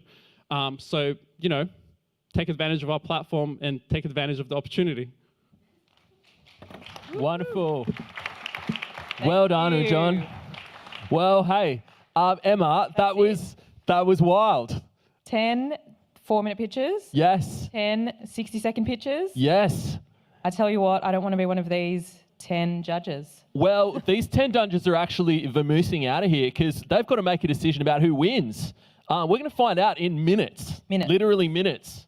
20 minutes. Yes, I know, 20 minutes. You can follow But still, Jochen yeah. to the special So judges, deliberation we suite. appreciate you so much and we'll see you in a little while. Thank you so much. Woohoo! While you're at it, I want a prize, Emma. I feel like I want one of these prizes. Me too, $10,000 cash, It's not going mate. to happen for you unless you join UTS Startups, That's which true. you could as an alumni. Just I saying. could. I am. I'm a proud business alumni. In fact, Jochen was my professor. And you know what? I learned a lot. I don't know if I pitched as well as these guys. Probably didn't. But it was a good time. Okay, so we've got a few things coming up now. So don't leave if you're watching at home. The best is in a few minutes' time, we're going to find out who wins some of these prizes. And if you're here in the room, just wiggle your butt a little bit, get the blood Do a flowing. stretch. You know, give I know yourself you a need little it. If massage. you've got your Young Henrys, your refilled, or your Savvy under your seat, take a little sip. Yes, I was Shake it out. responsibly enjoying that Young Henry's gin and tonic. It was delicious. And we love you, Young Henry's, and Savvy and Refilled and all of the partners. But hey, we love our community a lot. And one of the things we always talk about at UTS Startups Awards is the Community Morale Award for the year. Because while many startups, in fact, like almost 500 at the moment, make up the community that we all hang out in, we like to just call out one specifically for doing incredible things, giving back. Right. So with this community, they don't just give back to help us inspire people to become entrepreneurs, they do it themselves. They give back to our community through peer-to-peer learning, through running cultural lunches to get our members coming into the spaces, meeting each other, helping each other out even more. What else do they do? Look, they put on a lot of good Friday night drinks, which I appreciate as well, and everyone else appreciates. But I think we need to just talk about who it is. Yeah. I feel like we need to lift the lid on this. So, Ujan, where are you? Get up here, mate. Is Alexia here as well? The winner of Community Morale this year, Export Connect, who we just heard from. Now, fun fact, Ujan, how far ahead of time did you prepare for that particular pitch? I found out about an hour and a half before the event started. Yes, because Charlie's sick. Charlie's sick. That's a community. All right, there, you guys. Wow, this is amazing. I just want to thank the UTS Startups team. You guys have created such a positive and conducive environment, and that's really encouraged us to sort of give back to the community. For any of you guys that are even thinking about, joining the startup community, I would encourage you times 10. Like for us, we've leveraged other startup members. We've worked with other startup members, and our portal would not be where it is right now. We wouldn't be where we are right now if it wasn't for the UTS Startup team and the UTS Startup community. So thank you. Thank you, mate. Beautiful. Do we give them one of those, don't we? We've obviously rehearsed this. Ujan, have a less stabby trophy than last year, but that is thanks to Protospace, our awesome trophies, and you 3D guys printed. can take that home or take it back to the office, and we appreciate Thank you for being amazing community members and for giving all snacks to our staff desk. They're That's just true. right behind ours. So thank you so much. Thank you, guys. Should we announce one more winner for one more award? I reckon we should. Most inspiring. Tell us how and why we chose that one, Dave. Hey, we love entrepreneurs that inspire others to think about entrepreneurship for themselves, and especially entrepreneurs that are doing things that are super different. We heard a few tonight, but this one particularly was super cool because her product, you might have seen it before online, on TV, in the windows at UTS Startups at Central. Her product was so good that it actually got copied by a significantly large competitor. David and Goliath's story that not only was handled with an incredible business mind to further grow the business, but it was handled with grace as a human as well. And we are so, so proud of... Nikisa Williams from Craft Club. Where are you? Yes, come on. Coming up. Jump up. Okay, so I have never cross-stitched, that's the truth. That's a real UTS startup confession right now. But tell us how cross-stitching became your thing. Cross-stitching, I mean, it kind of works around. thing now, but we started with cross-stitching. Yeah, so we make DIY craft kits that empower your creativity, and we encourage people who maybe have been told that they can't be an artist, or that, you know, creative careers are not a thing that you should pursue. And it came from that background that we decided to make DIY craft kits that empower that creativity. It started with cross-stitch kits because that was kind of an affordable product to start with and try. And now we've sort of become known for rug making kits, and that's our jam. But so many craft kits to come. And Nikisa, tell us, sorry Dave, when a certain thing happened by a certain really large competitor copying a certain design of yours, walk us through how you felt and how you approached that.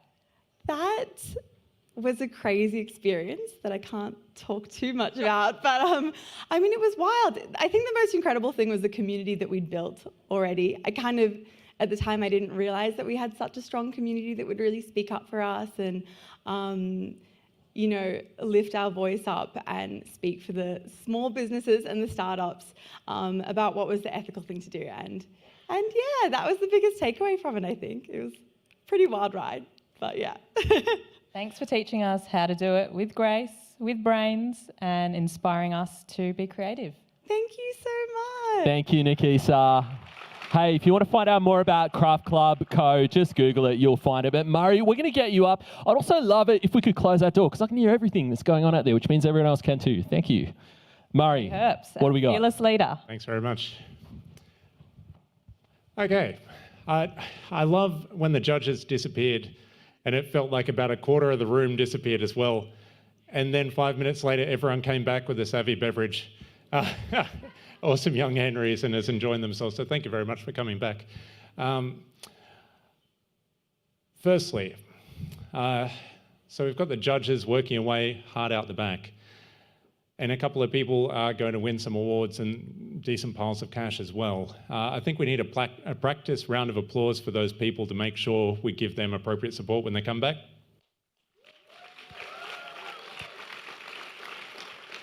Okay, I think we need to try that one more time. Okay, beautiful. Sorry to do that again, but it's getting late in the night and I appreciate you in the audience. I've also figured out going later in the agenda is not as good because I can look around the room and I can see so many people in the audience that I respect so much and people that are paying a lot of attention to other people that present really, really well. So the back of the agenda is not the place you want to be, but I'm really proud to be here with you tonight. I just want to say a couple of things really quickly and then I'll throw it back to yourselves. I was looking at, so firstly, this is the 5th UTS Startups Awards. I never thought we'd make it 5 years in terms of running UTS Startups and the awards. And it's made me kind of look back on where we've come from. It's nice to be here. It's nice to be doing this in collaboration with the business school as well. I think you'll agree the result has been better. This has been wonderful. But firstly, so we started UTS Startups almost 5 years ago, and 4 months in, we ran the first awards program. 4 months. So it's a little bit optimistic in terms of timing for saying, okay, this person deserves an award, but we had 115 startups or something at the time, so it kind of worked out all right. Raise your hand if you were here with us back then. Down in the business school, okay, yep, a couple of people, thank you very much. Yep, I know there are more as well. That's been one of the wonderful things about what we do, the good people that stick around and continue doing good things. Raise your hand if you like watching videos of yourself from 5 years ago. Yeah, nobody. So I'm going to save you the trouble of watching that video. I watched it for you. But it kind of struck me watching the speeches back how consistent our approach has been in UTS Startups. So back then, I can pretty much reuse the speech. I was talking about how we were going to engage with as many people as we could. And we were going to inspire them to think about creating their own jobs with tech entrepreneurship, and then support them to find what they need for whatever they're working on. Pretty consistent. I talked about having the easiest job at UTS because of the wonderful environment of UTS and the naturally entrepreneurial people of UTS. Trust me, it's a wonderful place to be doing this kind of work. I talked about the need for me to give a bad presentation so that other people have a chance to shine and stand out. So again, that works better at the start of the night. At the end, it's a bit of a letdown. But here we are 5 years almost later, and not much has changed. We're still engaging with as many people as we can. We're just doing a lot more of it. We're still inspiring as many people to pursue tech entrepreneurship as we can. We're just doing a lot more of it. We're still supporting people to find what they need in each other and external sources and everything else. We're just doing a lot more of it, a lot better. I still have the easiest job at UTS in terms of a wonderful supportive environment across UTS and people at UTS that are entrepreneurial and just get on with doing things, and we get to be part of their journey. And I still give bad presentations at awards nights. But I will say there's a few things I am particularly proud of. So in expanding what we do, for example, the UTS Startups at School program. So when we talk about engaging with people, we were engaging with UTS students originally. Now we visit 100 schools a year. Aaron? Shout out to Aaron, and a round of applause for Aaron, please. 100 schools a year around UTS and around Newcastle as well, with the University of Newcastle, with entrepreneurs. Yes, another one definitely, but with entrepreneurs trained up to speak convincingly and then measuring desire for entrepreneurship before and after, and this ensuring year 9 and 10 people want to be entrepreneurs at that kind of scale, 20,000 people a year. UTS Startups at Central. So again, when we talk about engaging with a lot of people, we took over the busiest street corner in Sydney, 50,000 people a week walking past, seeing different entrepreneurs at UTS and what they do, buying their stuff, partnering with them, hearing their stories, not just people pitching, but genuine revealed truth about what actually enabled them, what they actually did, what they actually got, and people scanning QR codes and streaming those stories, about 1,000 people a week streaming those stories. Incredibly proud of that. Again, could only do that at UTS. Our inspiration work across the university, led by Dave. Nobody does the work that we do. Nobody does it as well or at the scale that we do, or with the resources of the community that we have, with the wonderful community that we have supporting all of our work. That I'm incredibly proud of. Thank you, Dave.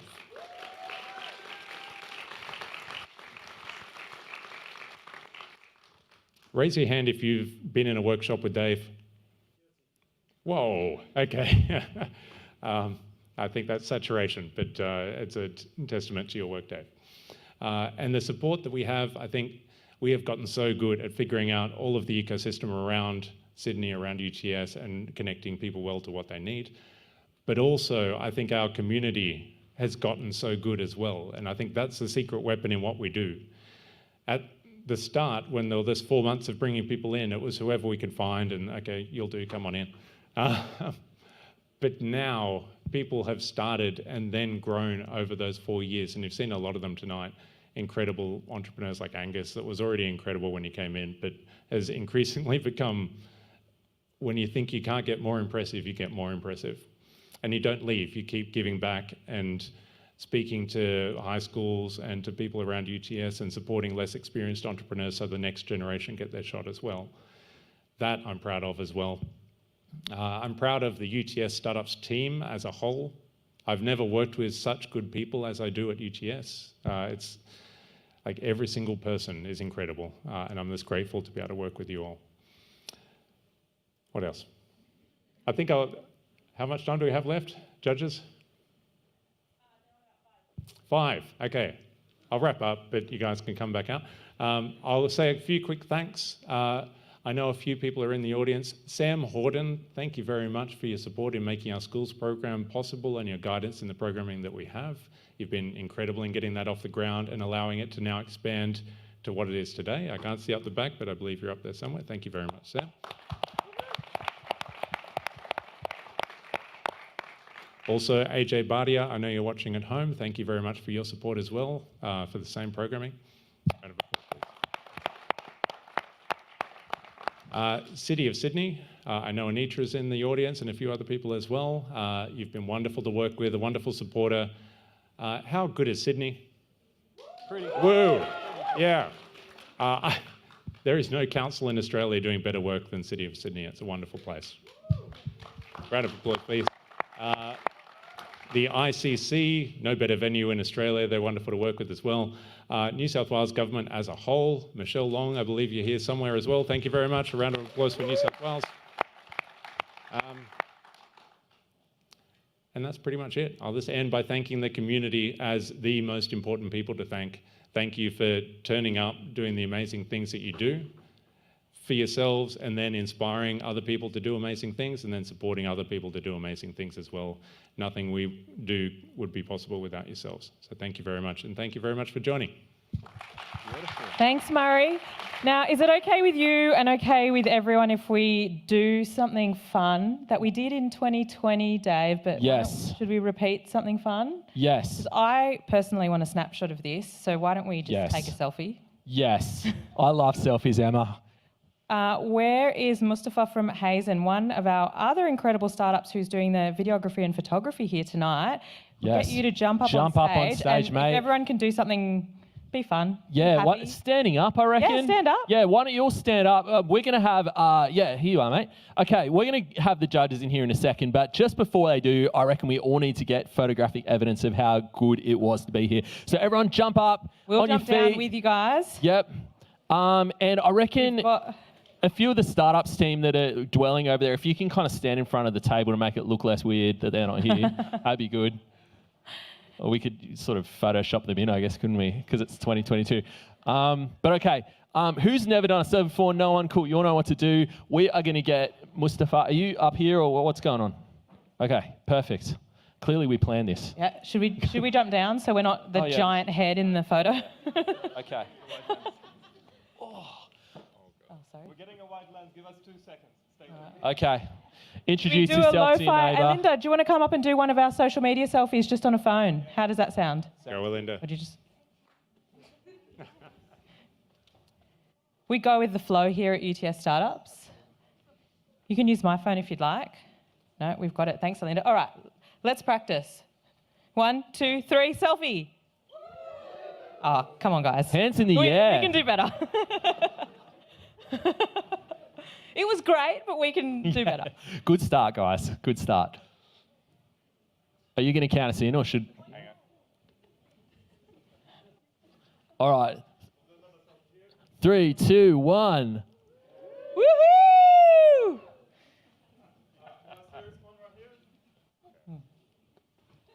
Oh, no.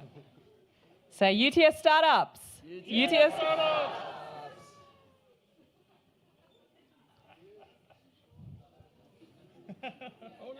Thanks, guys. Beautiful. Thanks, everyone. All right. I feel like I'm at a wedding. All right. I feel judge energy approaching. I just don't see them. But hey, one thing we haven't done yet, Emma, and just before we kind of get to that point, I know startups are all probably like nervously twitching, like, did I win something? What's it all worth? Hey, UTS Startups is something that if you've got an idea for a startup, that's cool. If you've got a business existing or you've just got an idea or you've got something that's fully fledged, awesome, we'd love you to join. But UTS Startups is not just about that. There's whole different ways that you can join and be involved. Like Murray was saying before, support, get involved. Emma, what are some of the ways that perhaps if you do not have a startup of your own, you can get involved? You could come along to one of our Friday events at UTS Startups at Central. Every Friday at what time?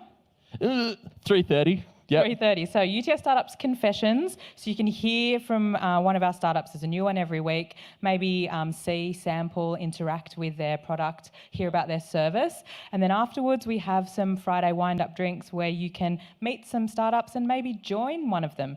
That could be a way into startups if you don't have an idea. You could look for someone who wants to build their team, network, join.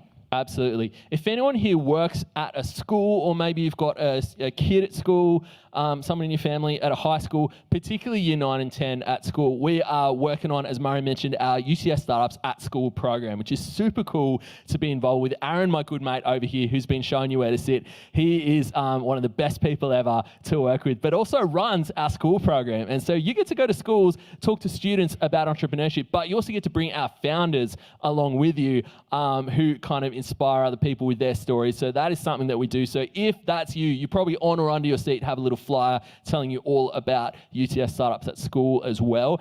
And of course, if you are a student here at UTS, not at those other universities, but that's okay. If you're here at UTS, or you are an alumni of UTS, it's your lucky day because you can join UTS Startups. I could technically join. I'm a law alumna. Yes, we both are. I'm from business school, which tonight means a little bit more, I feel like, but that's okay. You can take that one. Yeah. You can take it. Hey, all you got to do is startups.uts.edu.au, find us, find out about our program, get amongst it, and who knows, you could be the next startup winning awards up here. You could be one of these people. The next Nestique. You could be the next Bear Hug Pallet Wraps. You could be the next Walking Tall. You know, world's your oyster. And now that we've gone to high schools, we are going even younger than that. UTS Startups at creche. Yes, we also have a creche. Did you guys know, for those parents in our community and wider ecosystem, thanks to the Centre for Social Justice and Inclusion, today we have a pop-up creche called the Little E-Ship. See what we did there? And there we've got some babs and kids in the back with some activities and play and fun and some carers looking after them. It's all about inclusivity in our community, and we're really grateful. We hope to be able to continue to do that so parents can get involved. And maybe I'll bring my bub along next time. Yeah, I mean, we're nothing if not good at branding, Emma, around here. Yes, so hey, we are still we're just gonna talk about meaningful, important things. While we interrupt this really go ahead. broadcast that we're definitely not trying to extend so the judges have more time, to let everyone know that is currently out in the balcony room that it's time to return to your seats so that you can see the announcement of who will win today at the awards. So could everyone in the balcony room please return to your seats? Woohoo! We've got waggers. Okay, good to know. They're back. Jochen, mate, you're a sight for sore eyes. Jochen, why don't you join us on stage and let us know what is going on, or are we hearing from David? Must have been a tough one. I was trying to do some calculations in my head, and I tell you what, it's tough. You're all very, very deserving, and I hope you're proud of yourselves. We're proud of you, but it's more important for you to be proud of yourselves. So thank you all so much, everyone here. You've done an amazing job. Judges on stage, please. Thank you. Do we have everyone? Peter, please. Thank you. How good was that? Oh my God. Oh my God. My head's spinning. Okay, David, over to you for a little Q&A with our judges. Thank you. Thanks, Jochen. I was just absolutely blown away by the way the pitches have gone tonight. Been involved in Venture Day since its inception, I think it's 5 or 6 years ago now. And it just seems to get better and better every year. But while you've been here every year pretty much, what did you think of today? It's phenomenal. I love the fact that we've joined the two. Actually, I think it works really, really well. The pitches were there's a lot of diversity, which is great. A lot of brilliant ideas, and you always judge a pitch by you say, well, if I had a checkbook, would I write a check? And there's a few definitely I would invest. So that's always a good sign of a good event for a pitch. And Peter, you're a veteran of investing in new businesses. Give me some ideas. I think they were very well evolved this year. I think a lot of them were very well thought out, and also the data they got in terms of competitive analysis, statistics, I think was really well done, and some very interesting opportunities there. And very quickly, Layla, what do you think from a health perspective? Honestly, very, very impressed. Took me years of training, working in the corporate world to get to presentation skills that some of you demonstrated so naturally. So well done. But some amazing ideas. I'm so super impressed by the social responsibility concepts that are incorporated into some of the business ideas. And from a health perspective, I think we're going to see. Wonderful. So I think I might just move to the awarding of the prizes. Thank you so much, judges. We appreciate you.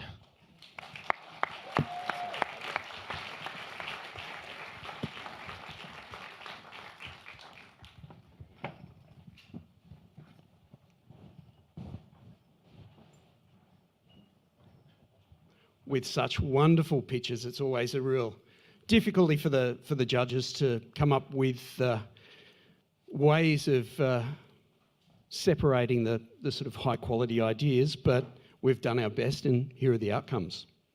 So first of all, I'll announce the Astron Award for the best market traction, and that's to the value of $5,000 of in-kind services. And the winner is Maslow and Andrew.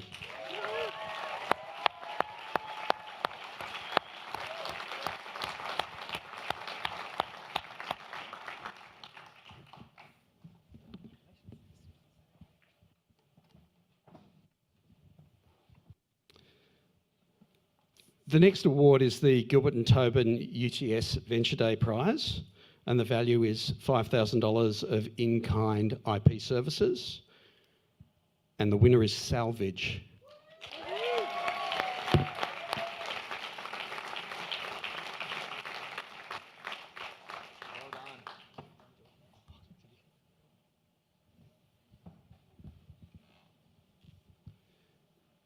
The next prize is the Beta Capital Bishop and Fang Venture Day Prize, and the value of this award is $16,800 of in-kind services, and the winner is Angus at Compass IoT.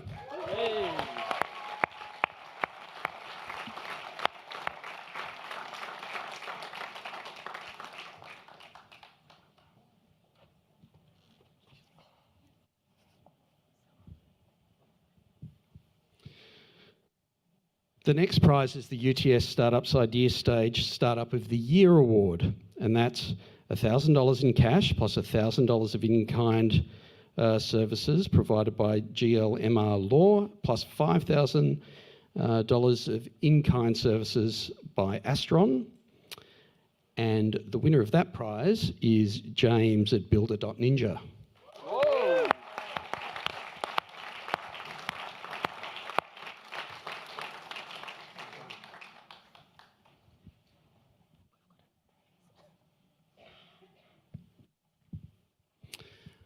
Our next award is the UTS Business School Dean's Award for a female entrepreneur, and that's for $5,000 in cash, and the winner is Nabby at Cover Hero.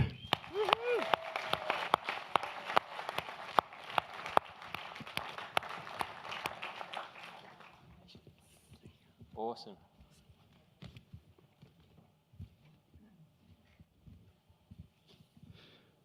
The UTS Business School Dean's Award for Technology Adoption is for $5,000 in cash, and the winner is Netnada and Lockie.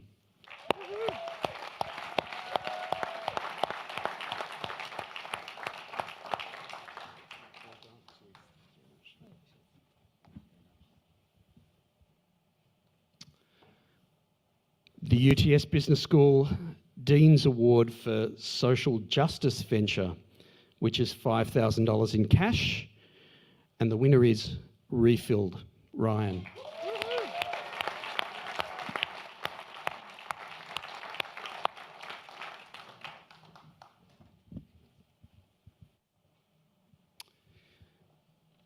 The Kazakos Prize in Entrepreneurship for a Social Venture is $5,000 in cash and $5,000 of in-kind services. And the winner is Bear Hug Pallet Wraps. Tom.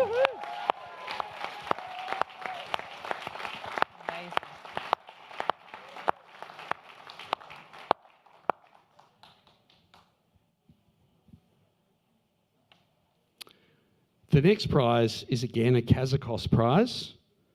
Thank you, Peter. It's the Kazakos Prize in Entrepreneurship for an early stage venture.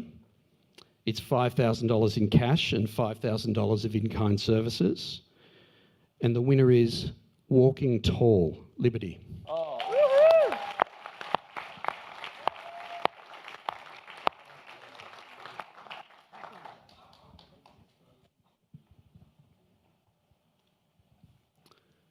And last but not least, the Combank and Telstra Best Venture Prize, which is $10,000 in cash, And the winner is Maslow.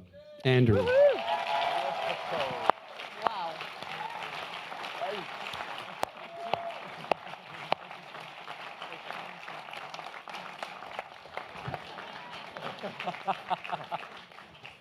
And I'd just like to congratulate everyone who's pitched tonight and might not have won a prize, but it's been an amazing competition and well done.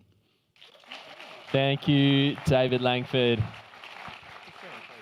And thank you, Jochen. If you guys could just stay here with us for a second. We just keep the love on stage. There's one more left, Emma. What is going on? One more. Did we make a mistake or was this all on purpose? I think it's all on purpose. We don't make mistakes around here, surely. Murray, oh, yeah, there we he is. introduced this a couple of years ago. Do you want to tell us why this particular award was introduced and how we go about it? I'm not sure I remember.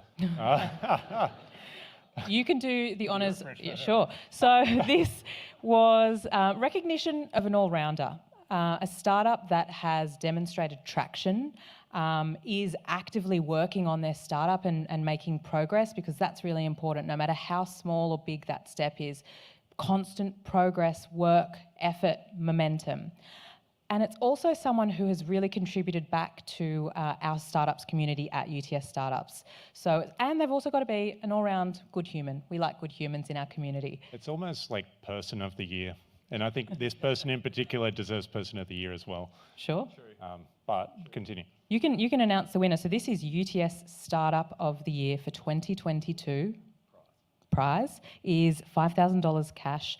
Very grateful to UTS Business School for providing that for this award. We are incredibly grateful. But Murray, who is this year's UTS Startup of the Year? Remember that year I got it wrong? And yeah, I feel like I should have written it down. I do know his mother's in the audience. Does that eliminate some other people? That takes out half the people here. But I'm going to track you down, if I may, your mother, to ask how you raised such an incredible person, because without this person, the community would not be what it is. And I would give my left arm to have an army of this person and their startup. They are just exceptional as a person, exceptional as a company. Urban Plant Growers! Woohoo! Dilhan, come on up.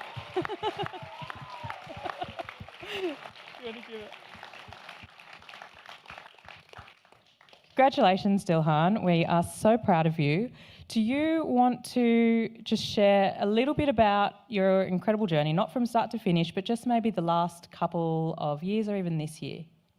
Sure. So first off, glad to be classified as a great human. I'm sure my mum will love that.